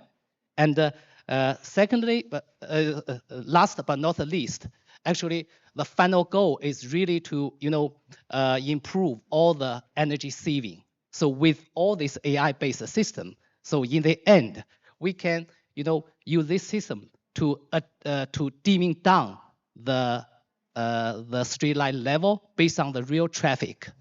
That can be done by this system. And most important thing is that in China, if you want to do innovation, you must be quick. And this is also the benefit of the the whole China ecosystem. So we started this project in like the August. We are going to launch the first version in next year January, and we already collaborate with our very good pilot customers. It can be realized very quick. We also hope this speed from China can it's like the win-win co-generate with China ecosystem with the technology from Signify, right? Okay, that's my sharing. Okay, thank you. Thank you, Mr. Liu. Yes, impressive indeed. And yeah, we cannot believe the public utility as lighting in the future will become also smart. Okay, so we hope we can see it in Nanjing soon. Thank you. Thank you again. Yeah. Okay, next, let's invite the Wilbert Hartmann from Keytech to introduce his technology and business. Thank you, Stephen. Which is de knob? Tweede van beneden. Die. Okay, I have 26 sheets, so I'll use the knob a lot to stay within the 4 minutes. Let me talk about Keytech a little bit. Skip 1, 2, 3 already. We are a manufacturing company. We make plastic and metal components for all kinds of applications. We were a spin-off from Philips 25 years ago. And we have facilities in Suzhou, in Czech, and still the original factories in Holland still. What's important is that we have a variety of metal technologies in-house, a variety of plastic technologies in-house, a variety of assembly technologies, decoration technologies, all in-house.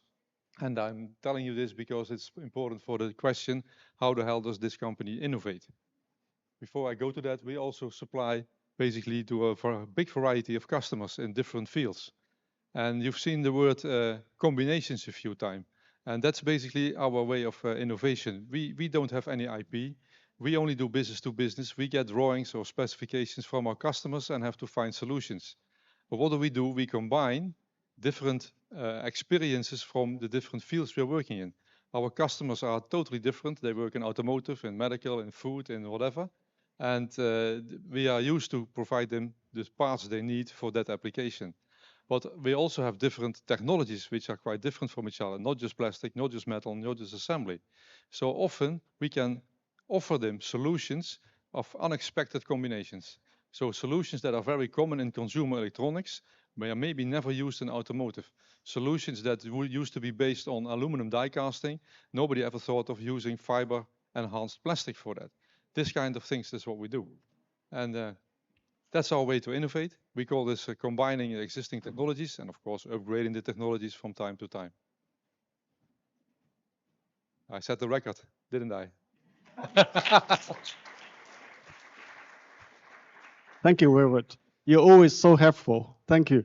And next, let's introduce the Lili Fang from Phenom Scientific to introduce the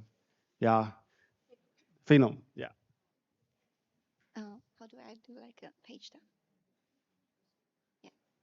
Hello, everyone. Thank you for giving us the opportunity to present our company. My name is Lily Fan, and our company name is Freedom Scientific Instruments Shanghai. Our company is established in 2012, and we started with distribute a product that is produced by Hans company again. So there's a tabletop microscope, and at this moment, we have around 12 years in sales, marketing, service, distribution.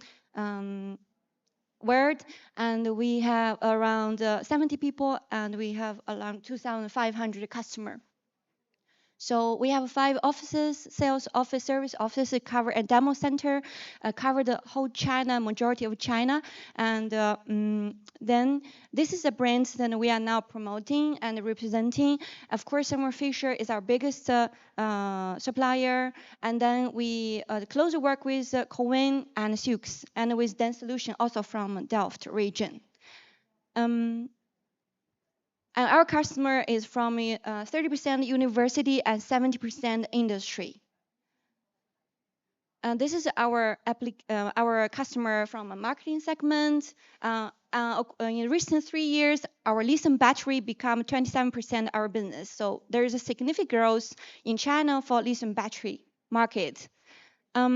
Although we are a sales marketing service company, but we also together with our suppliers develop new applications, including automation and hardware, partly hardware. So one of very interesting application is lithium battery. You know that battery were exploded in the electric vehicles. If the copper and zinc particle size is beyond certain size, then they get an explosion. And our machine can give the report to prevent this happening. So in the whole China, CATL, BYD, they are all our customer, and they put our machine as their standard through their own supply chain. We are very proud to bring this product that produced, developed in Brownbond region, and to serve the China electrical vehicle market. Thank you. Yeah. Thank you very much. Thank you, Nini. Yeah, as we introduced, Brabant also very famous in the modern agricultural industry. We have a modern greenhouse, horticultural business. We also have agri-food, like animal husbandry business.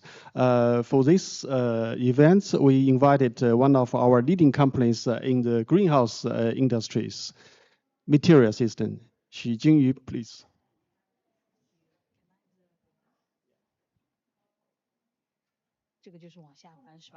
Hello everyone, I'm Jun from Meteor Systems, and Netherlands is actually a country very advanced in horticulture, but most of them are based in South Holland province. We are one of the few based in North Brabant, and what I notice is people from North Brabant are very down to earth. And Meteor System is a family company, and we have 4 branch offices all over the world. And we start our Chinese business since 2019. And until now, we have half of the market share in our category. And if you walk into a supermarket like Olay, or the tomatoes, cucumbers, and roses, we contribute to that production. And let's skip this. Our main product is growing systems, and for all kinds of crops like tomato, rose, and indoor farms. And wow, so 他没有就是整个 PPT 都展示出来了。So this is the too detailed presentation. And we also have Levy system. We deliver a 5-hectare hydroponic farm in near Jiangsu province, supply vegetables to the Shanghai region. And we have an innovation like growing spinach in summertime, which is very difficult. And we also supply irrigation system and tunnels for strawberries. And here's the data with our system. We can grow strawberry with the production of 14 kilogram per square meter per year. And if you look at the data in strawberry production in China, like in Shandong province, which is like 2.5 kilogram per square meter per year. So we can really improve the production with our system. Okay, that's my presentation. Thank you. Oh, thank you, thank you. She already cut a lot of slides, so to keep the time short, sorry for that. But may I remind you, after our meeting, there will be a venue outside. We have the poster for these companies. They will be there. If you want to meet them to have a matchmaking talking, you always can find our companies over there in the corridor outside. Yeah. Okay. Yeah. Let's introduce one of the innovation icons from the Brabant, which the technology or products will change our mobility future in the world. Welcome to Dr. Wang Shuhua from the POVI. Thank you very much, Stephen. My name is Shuhua Wang. You can also call me Dr. Wang. I'm from the bright Brabant. Our company is called POVI. It means personal air and land vehicle. So we are the world leader of making flying cars. I will show you what kind of flying cars we're making. 请我们的技术人员放一下我们的视频。Is often wasted due to traffic congestion, a result of the rising GDP and population growth, as well as crossing natural barriers like oceans and mountains. POVI provides the solution by adding a third dimension for door-to-door mobility within the current legal regulations. This journey was set in motion 15 years ago and is now on the verge of commencing the official certification process.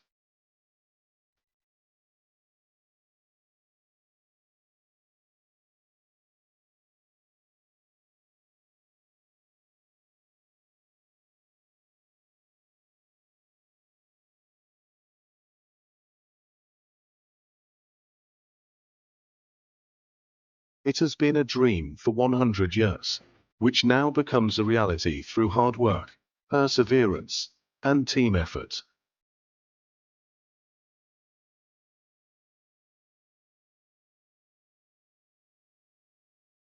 Thank you. If you look at our company, you will see that our flying car is designed and made within the existing regulation. Our flying car can be driven on European roads already since 2020. And our flying car is going to get a European Aviation Safety Agency certification next year. That means that we are going to be able to sell worldwide in more than 80% of the world. In fact, we already have clients who has paid more than 25,000 euro deposit to order our flying car from more than 10 countries worldwide. That means that we are the real flying car company making real products, having real clients. And why is that? Because we have been spending more than 18 years, almost 100 million euro to make this possible. We are not a scientific, capital-driven company. We really want to change the way of mobility. An airplane cannot be flown all the time, but an airplane plus car function can be used all the time in all kind of weather conditions. And this kind of airplane, as you can see, is called a gyroplane. It's one of the most safe way of flying. This kind of aircraft is the safest kind.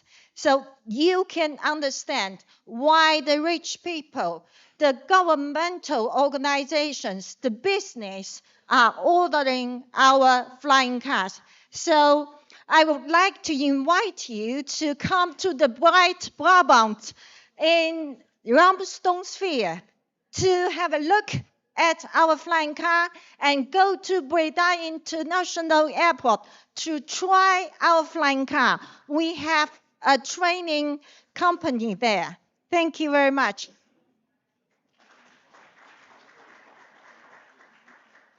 Thank you, Dr. Wang. We hope next year we will see flying car flying in the European continent, but as well in China. So, okay, Brabant is also very famous, Netherlands as a whole, also famous in the sustainability development. Brabant, we have lots of companies and organizations involved in this development. So today we introduce one of our famous companies, MTD, landscape and architects, to give you some case example, also some concept about that. Tommy, floor is yours. Thank you. Okay, press down, I heard. So, I'm not Frank Meyer, he's sitting over there. He's the principal architect of the company. But since we have 4 minutes, we thought it's better that I just quickly go through everything because he really wants to showcase all the details as he's an architect. So, okay, Code Green. We're part of this global exchange. And what are we doing as a landscape architecture firm? So as a landscape architecture firm, we both do landscape design and urban planning. And the healthy future, because our company is focused on creating a healthy future, healthy humans, healthy planet. And we do this by creating change and progress towards an ecological future. Now, our company has been doing this for over 25 years, and last year Frank received the Culture Award from Ina Adema for all the projects done in the Netherlands. And now I'm going to showcase 2 concepts which we think will be also very viable for Chinese urban development. So the first concept is about city marketing, how to create an ecological society in combination with city marketing. This is a project we've done together with MVRDV. It's the Boijmans van Beuningen. It's in Rotterdam. And the project has become the winner of the European Museum of the Year Awards and also the winner of the Rooftop Awards, because it's on top of here you can see a real forest. It's ecological forest. And it's like the first time there has been like a research how to create a real forest on top of a roof.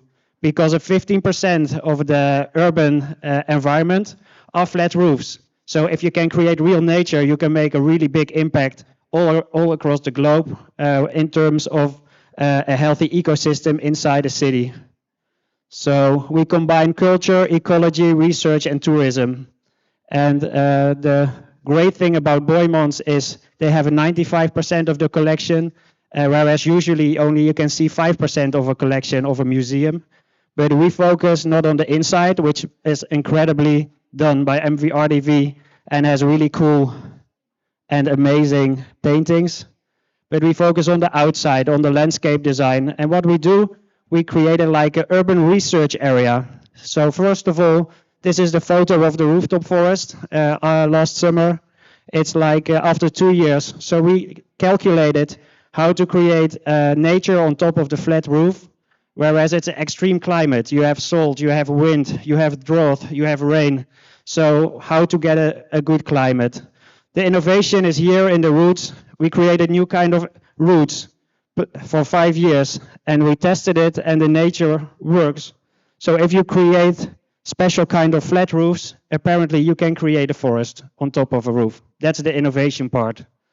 And then this restaurant now is very popular. Everybody want to sit there in peace in the nature on top of the building in the middle of the city. And also around it, we create like an urban research lab for climate adaptation and water management. Below the Boymans is a huge water base. And in this water base, you can collect a large amount of water.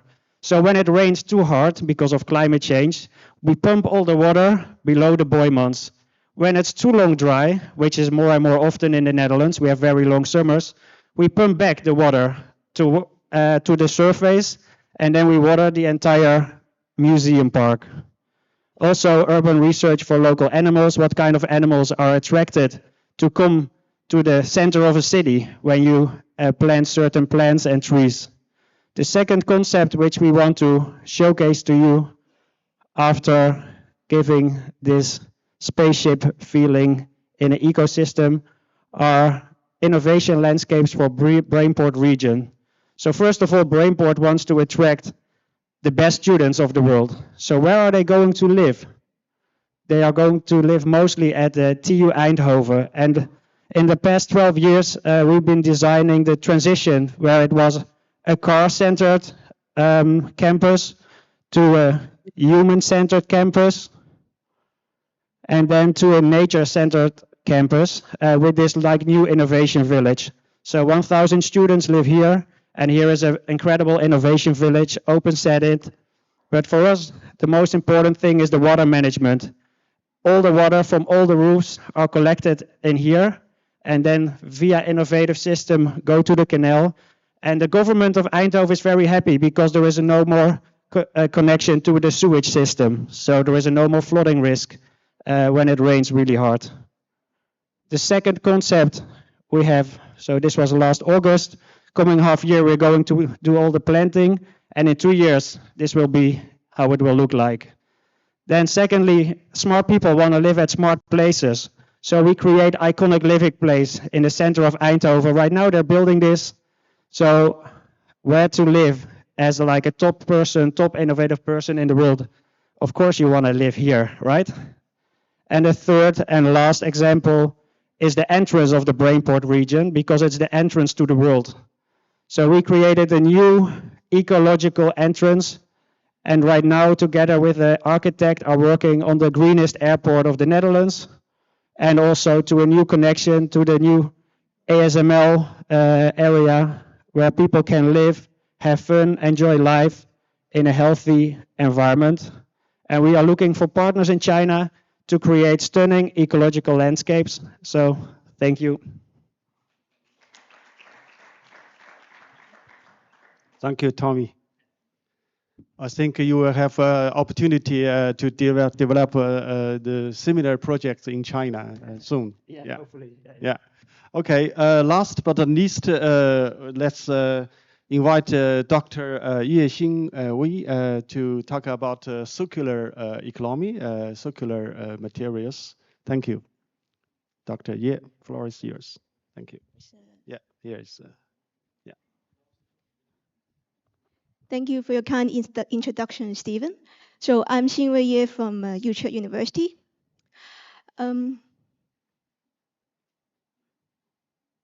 Yeah.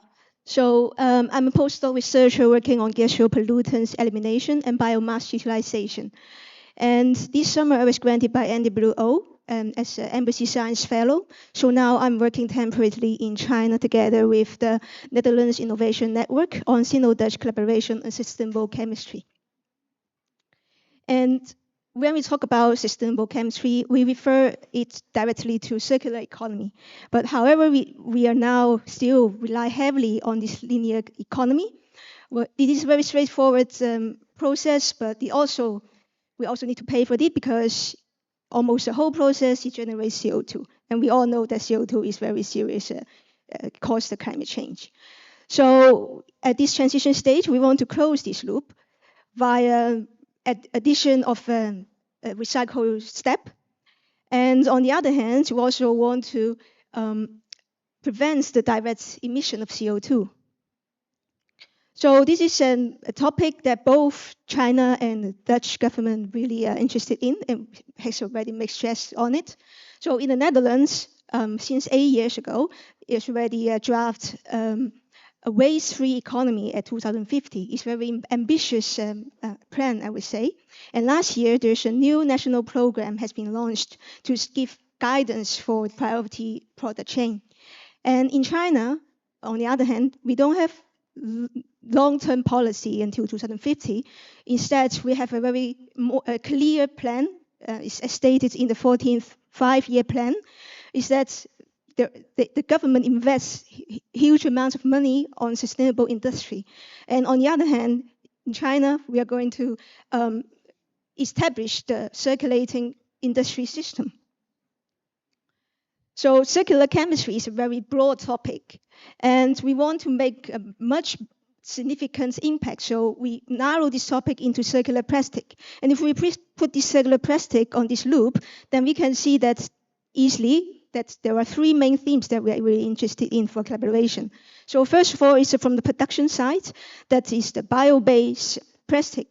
We want to replace the fossil-based feedstock using biomass feedstock to make more greener plastic. And on the other hand is the recycle part. How to develop a smarter collection and sorting system for the plastic, and how to recycle the plastic more efficiently. That is also another important problem we need to solve. And at last, we're also looking for new and innovative idea to capture the CO2 and utilize it. So in September this year, actually, there was another Dutch delegation visited China. And the delegation comes from the companies, research institutes, as well as the government and foundations in the Netherlands. It was a very tight, compact schedule. Also, in 7 days, we visited 3 cities, and we visited research institutes, industry parks, as well as some companies in these 3 regions, also including NICE, actually. Yeah. So, and we were really impressed by the innovative ideas as well as the efforts being taken on this topic. And most importantly, there is, together with the Ministry of Science and Technology of China, there's a seminar was held to discuss about green chemistry. So next spring, there will be also another Chinese delegation to visit the Netherlands. So I would say it's a very important signal for us that both countries are open on this topic and willing to collaborate. So yeah, in the end, I would like to acknowledge the NWO, Netherlands Innovation Network, RCBC, as well as my supervisor in Utrecht University, Bert Verkhausen, for their support for my stay in China. And I would like to talk with you later in the next working section. Thank you so much. Thank you, Dr. Ye.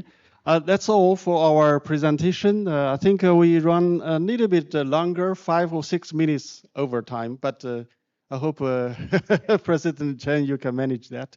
Okay, so again, if you want to, if you are interested, you want to talk to our presenters or our other delegation members, you can find us in the corridor outside the meeting venue after the panel discussion. Okay, thank you. Okay, thank you, Steve, and thank you for all the presenters for sharing this innovative and inviting projects and for opening the door to exciting collaboration possibilities.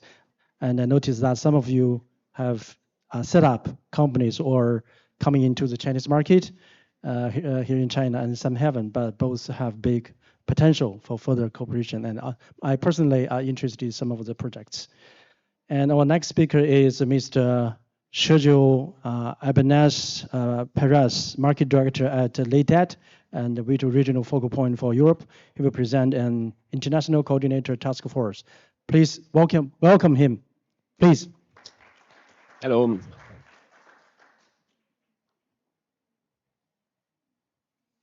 Okay. Well, good afternoon, ladies and gentlemen.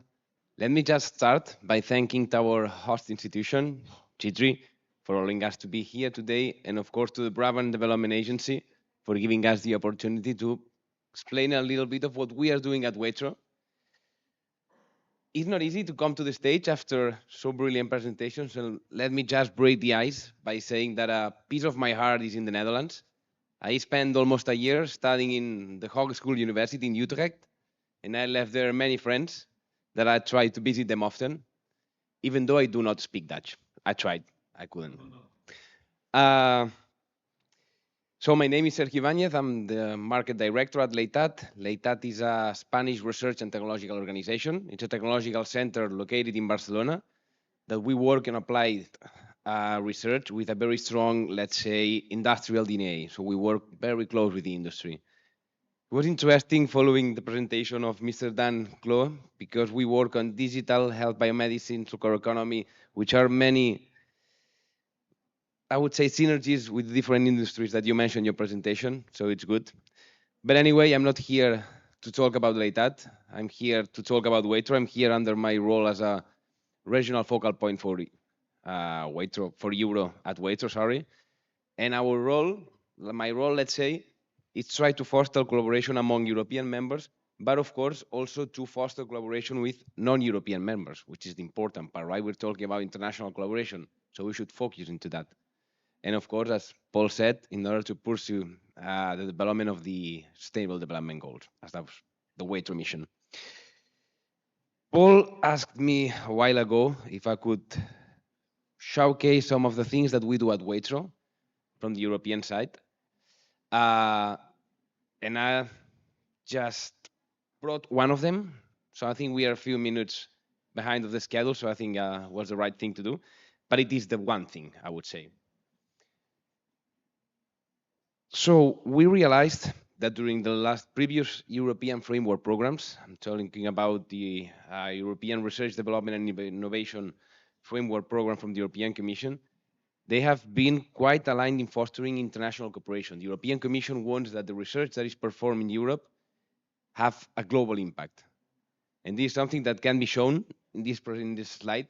For example, for the 7th framework program, they allocated a budget of around 200 million euros for international cooperation actions, but they didn't thought that the success was going to be that big.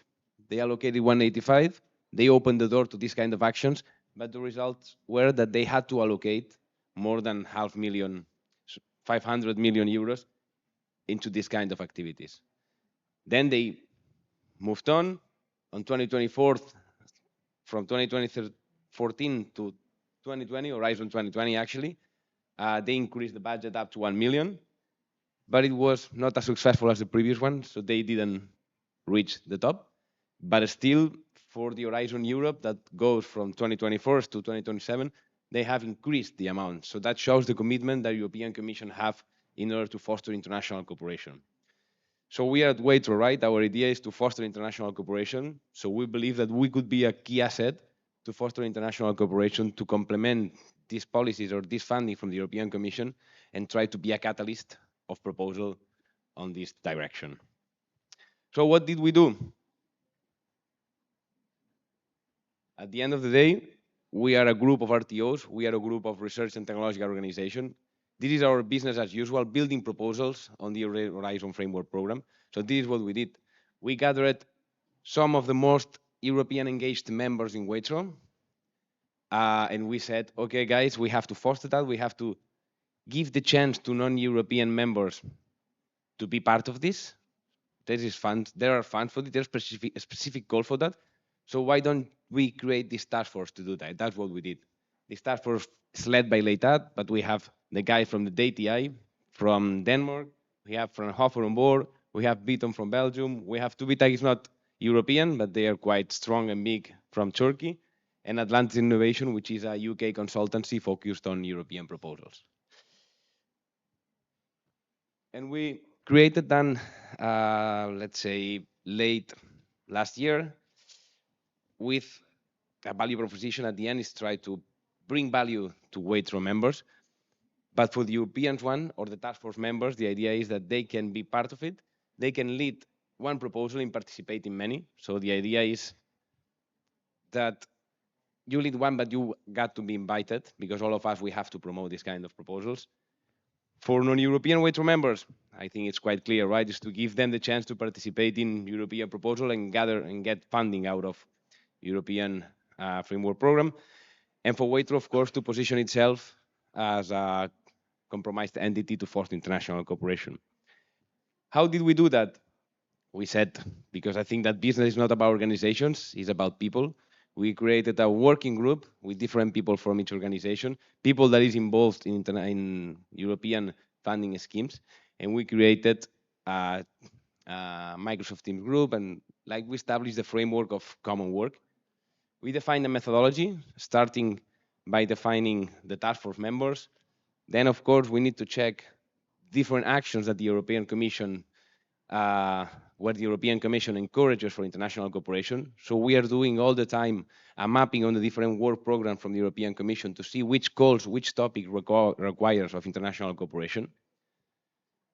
Once we identified one, we select a coordinator, we start drafting the core consortium, and we take advantage of the different tools that we have at WAITRO. Like, for example, Paul was talking about SIDA, that matchmaking platform, but the rest of the regional focal points that we have around to complement the European consortium with non-European members. Another important point here is that it is not as easy as, okay, we have this proposal, join. You need to know what a European coordinator would expect from you. You need to deliver, right? So we are also trying to develop different capacity building, different workshops, different training camps for non-European entities so they can understand how does European framework for research works. So when a European coordinator builds a proposal, it is easy to work with non-European entities. We have a few examples of proposals because we just started last year. But for example, this is one that we submitted last year. It was led by Leitat, but then we have to shift it to another RTO from Catalonia. But in any case, what I think it is important is that we participated with different members from European WAITRO network. We asked, or we tried to mobilize up to 2 million euros for European WAITRO members. And we also involved non-European countries like Tunisia, well, United Kingdom, which is, well, yeah. And that's a bit of what I wanted to explain you. We have many proposals coming on for the next year, but as it's not submitted yet, I don't want to talk much about it.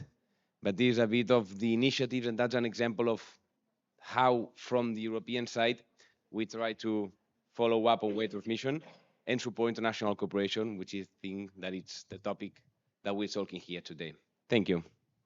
Okay, thank you, Mr. Press, for providing us a valuable insight into European collaboration initiative and the role of WAITRO in facilitating this partnership. And I will take this occasion to express my sincere thanks to you for your previous help to JITRI and ICE as a long-time partner, both as a Leitat and the focal point of Europe WAITRO. And to begin our next session on collaboration opportunities within NICE and JITRI institutes and systems, I'm delighted to welcome Ms. Camilla Chen from the Intelligent Manufacturing Technology Institute at the JITRI. Please join me in welcoming Ms. Chen to the stage, please. Yeah, please welcome. Okay, thank you. Do I have the how to put? Sorry, and I will speed up. Good afternoon, and I'm Camilla Chen from our JITRI Intelligent Manufacturing Technology Institute. We was founded in 2016, and we support from our JITRI and our local government. We are dedicated to the development of robots.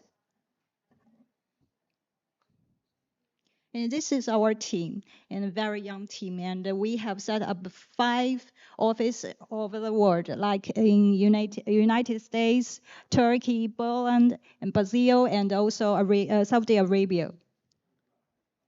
And we are selling to more than 35 countries and regions of our products. Here is our group, our young group.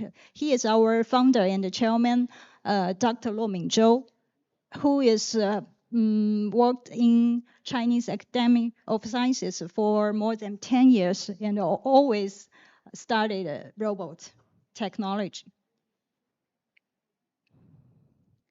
And we are increasing our R&D involvement every year to keep our robots to stay in front of the robot technology. And we set up our quality inspection center with 20 engineerings, and we set up our sales center with over 20 engineerings over the world. And this is our products, our collaborative cobots, and our commercial service robots, and of course, humanoid robots. I will show you the detail. Our cobot with a payload from 2 kilograms to 20 kilograms, and it can be used, I think, all the industrials, like electronics, like automobiles, and chemistry, and also medical.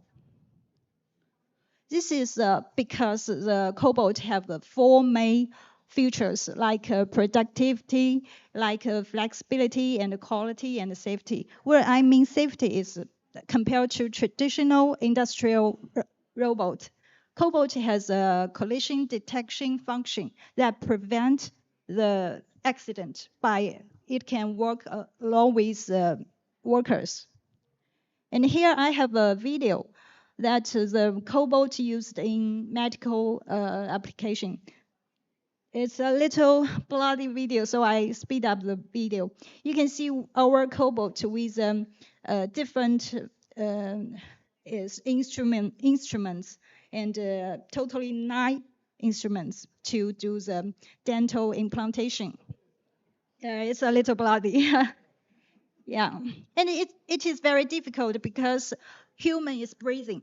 How our cobot move together with breathing. So we have our accuracy. Okay, I will jump. Okay.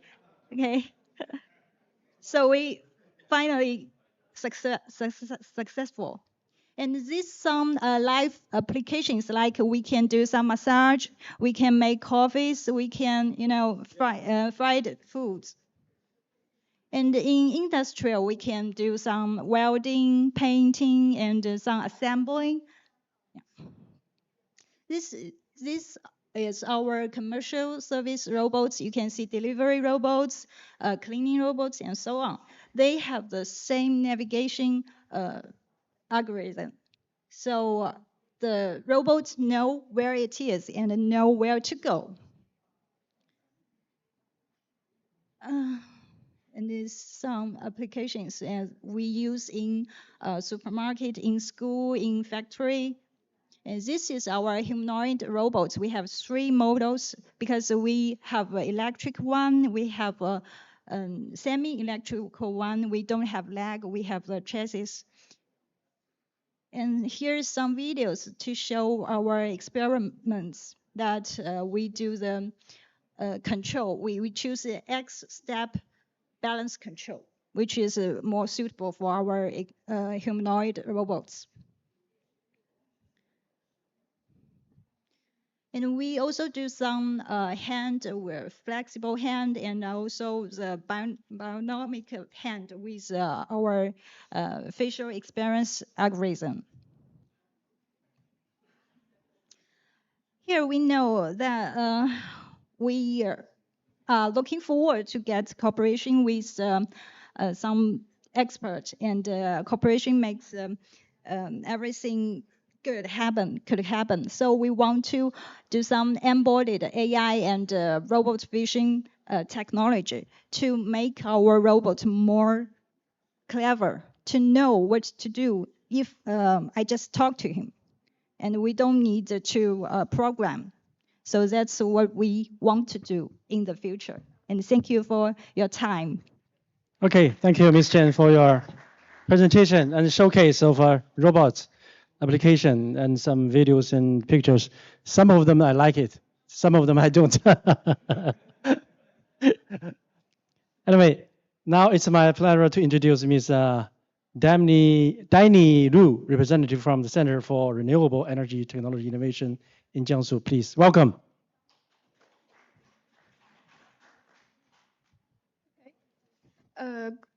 Good afternoon, ladies and gentlemen. Thanks for the invitation from JITRI and WAITRO. I'm Lu Danni, from a project manager from Jiangsu Center of Renewable Energy Technology Innovation.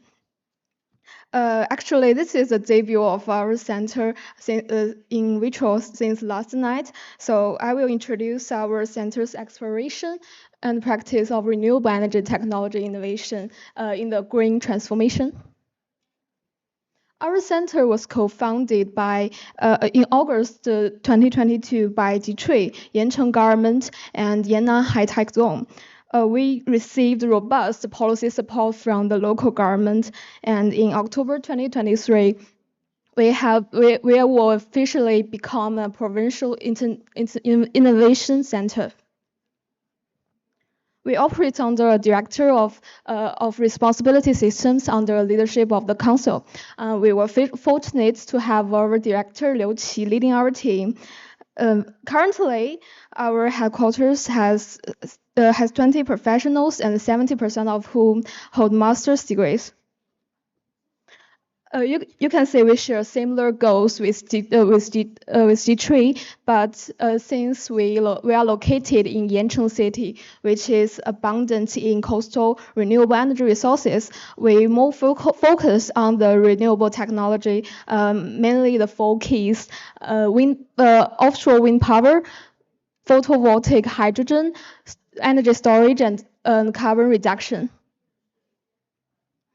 As we are all concerning about with the rapid development of the renewable energy industry, the decommission of wind turbine blades, PV modules, and any other energy equipment, they are becoming a kind of emerging solid waste. So for this reason, we pay some close attention to the relevant recycling technology, such as the decommissioned wind turbine, metal solid waste metal technology, and some EVA removal technology, or precious metal recovery technology, etc.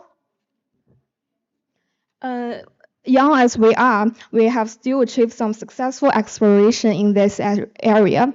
One notable project is the step value-added utilization of the decommissioned blades through some fine processing equipment and some advanced material manufacturing technology. This is another key project that we have, is the recycling of the decommissioned PV modules. This project plays a crucial role in the last stage of PV industrial chain, and can also make a great contribution to the green transformation. This is our project cultivation model. And currently, the hybrid grant and investment model, crowdfunding research model, have both been well implemented in our center. We also have we also built in some experiment and test centers. For example, we built an offshore wind farm to do some experiment about Nanjing Island. Finally, we are honored to be a part of WAITRO network. We see this as an opportunity to leverage this platform to get some innovation resources, and we can collaborate together to get them into an industrial scale. Thank you. Thanks for listening. Okay. Thank you for introduction to the technologies related to the recycling of PV modules and other materials. And ladies and gentlemen, we will now take around 10 minutes break. And we will reconvene at 3:55 p.m. for our panel discussion, which promises to be an engaging exploration of how we can translate innovation into market success through public and private partnership. Okay, we can come back at 3:55, okay?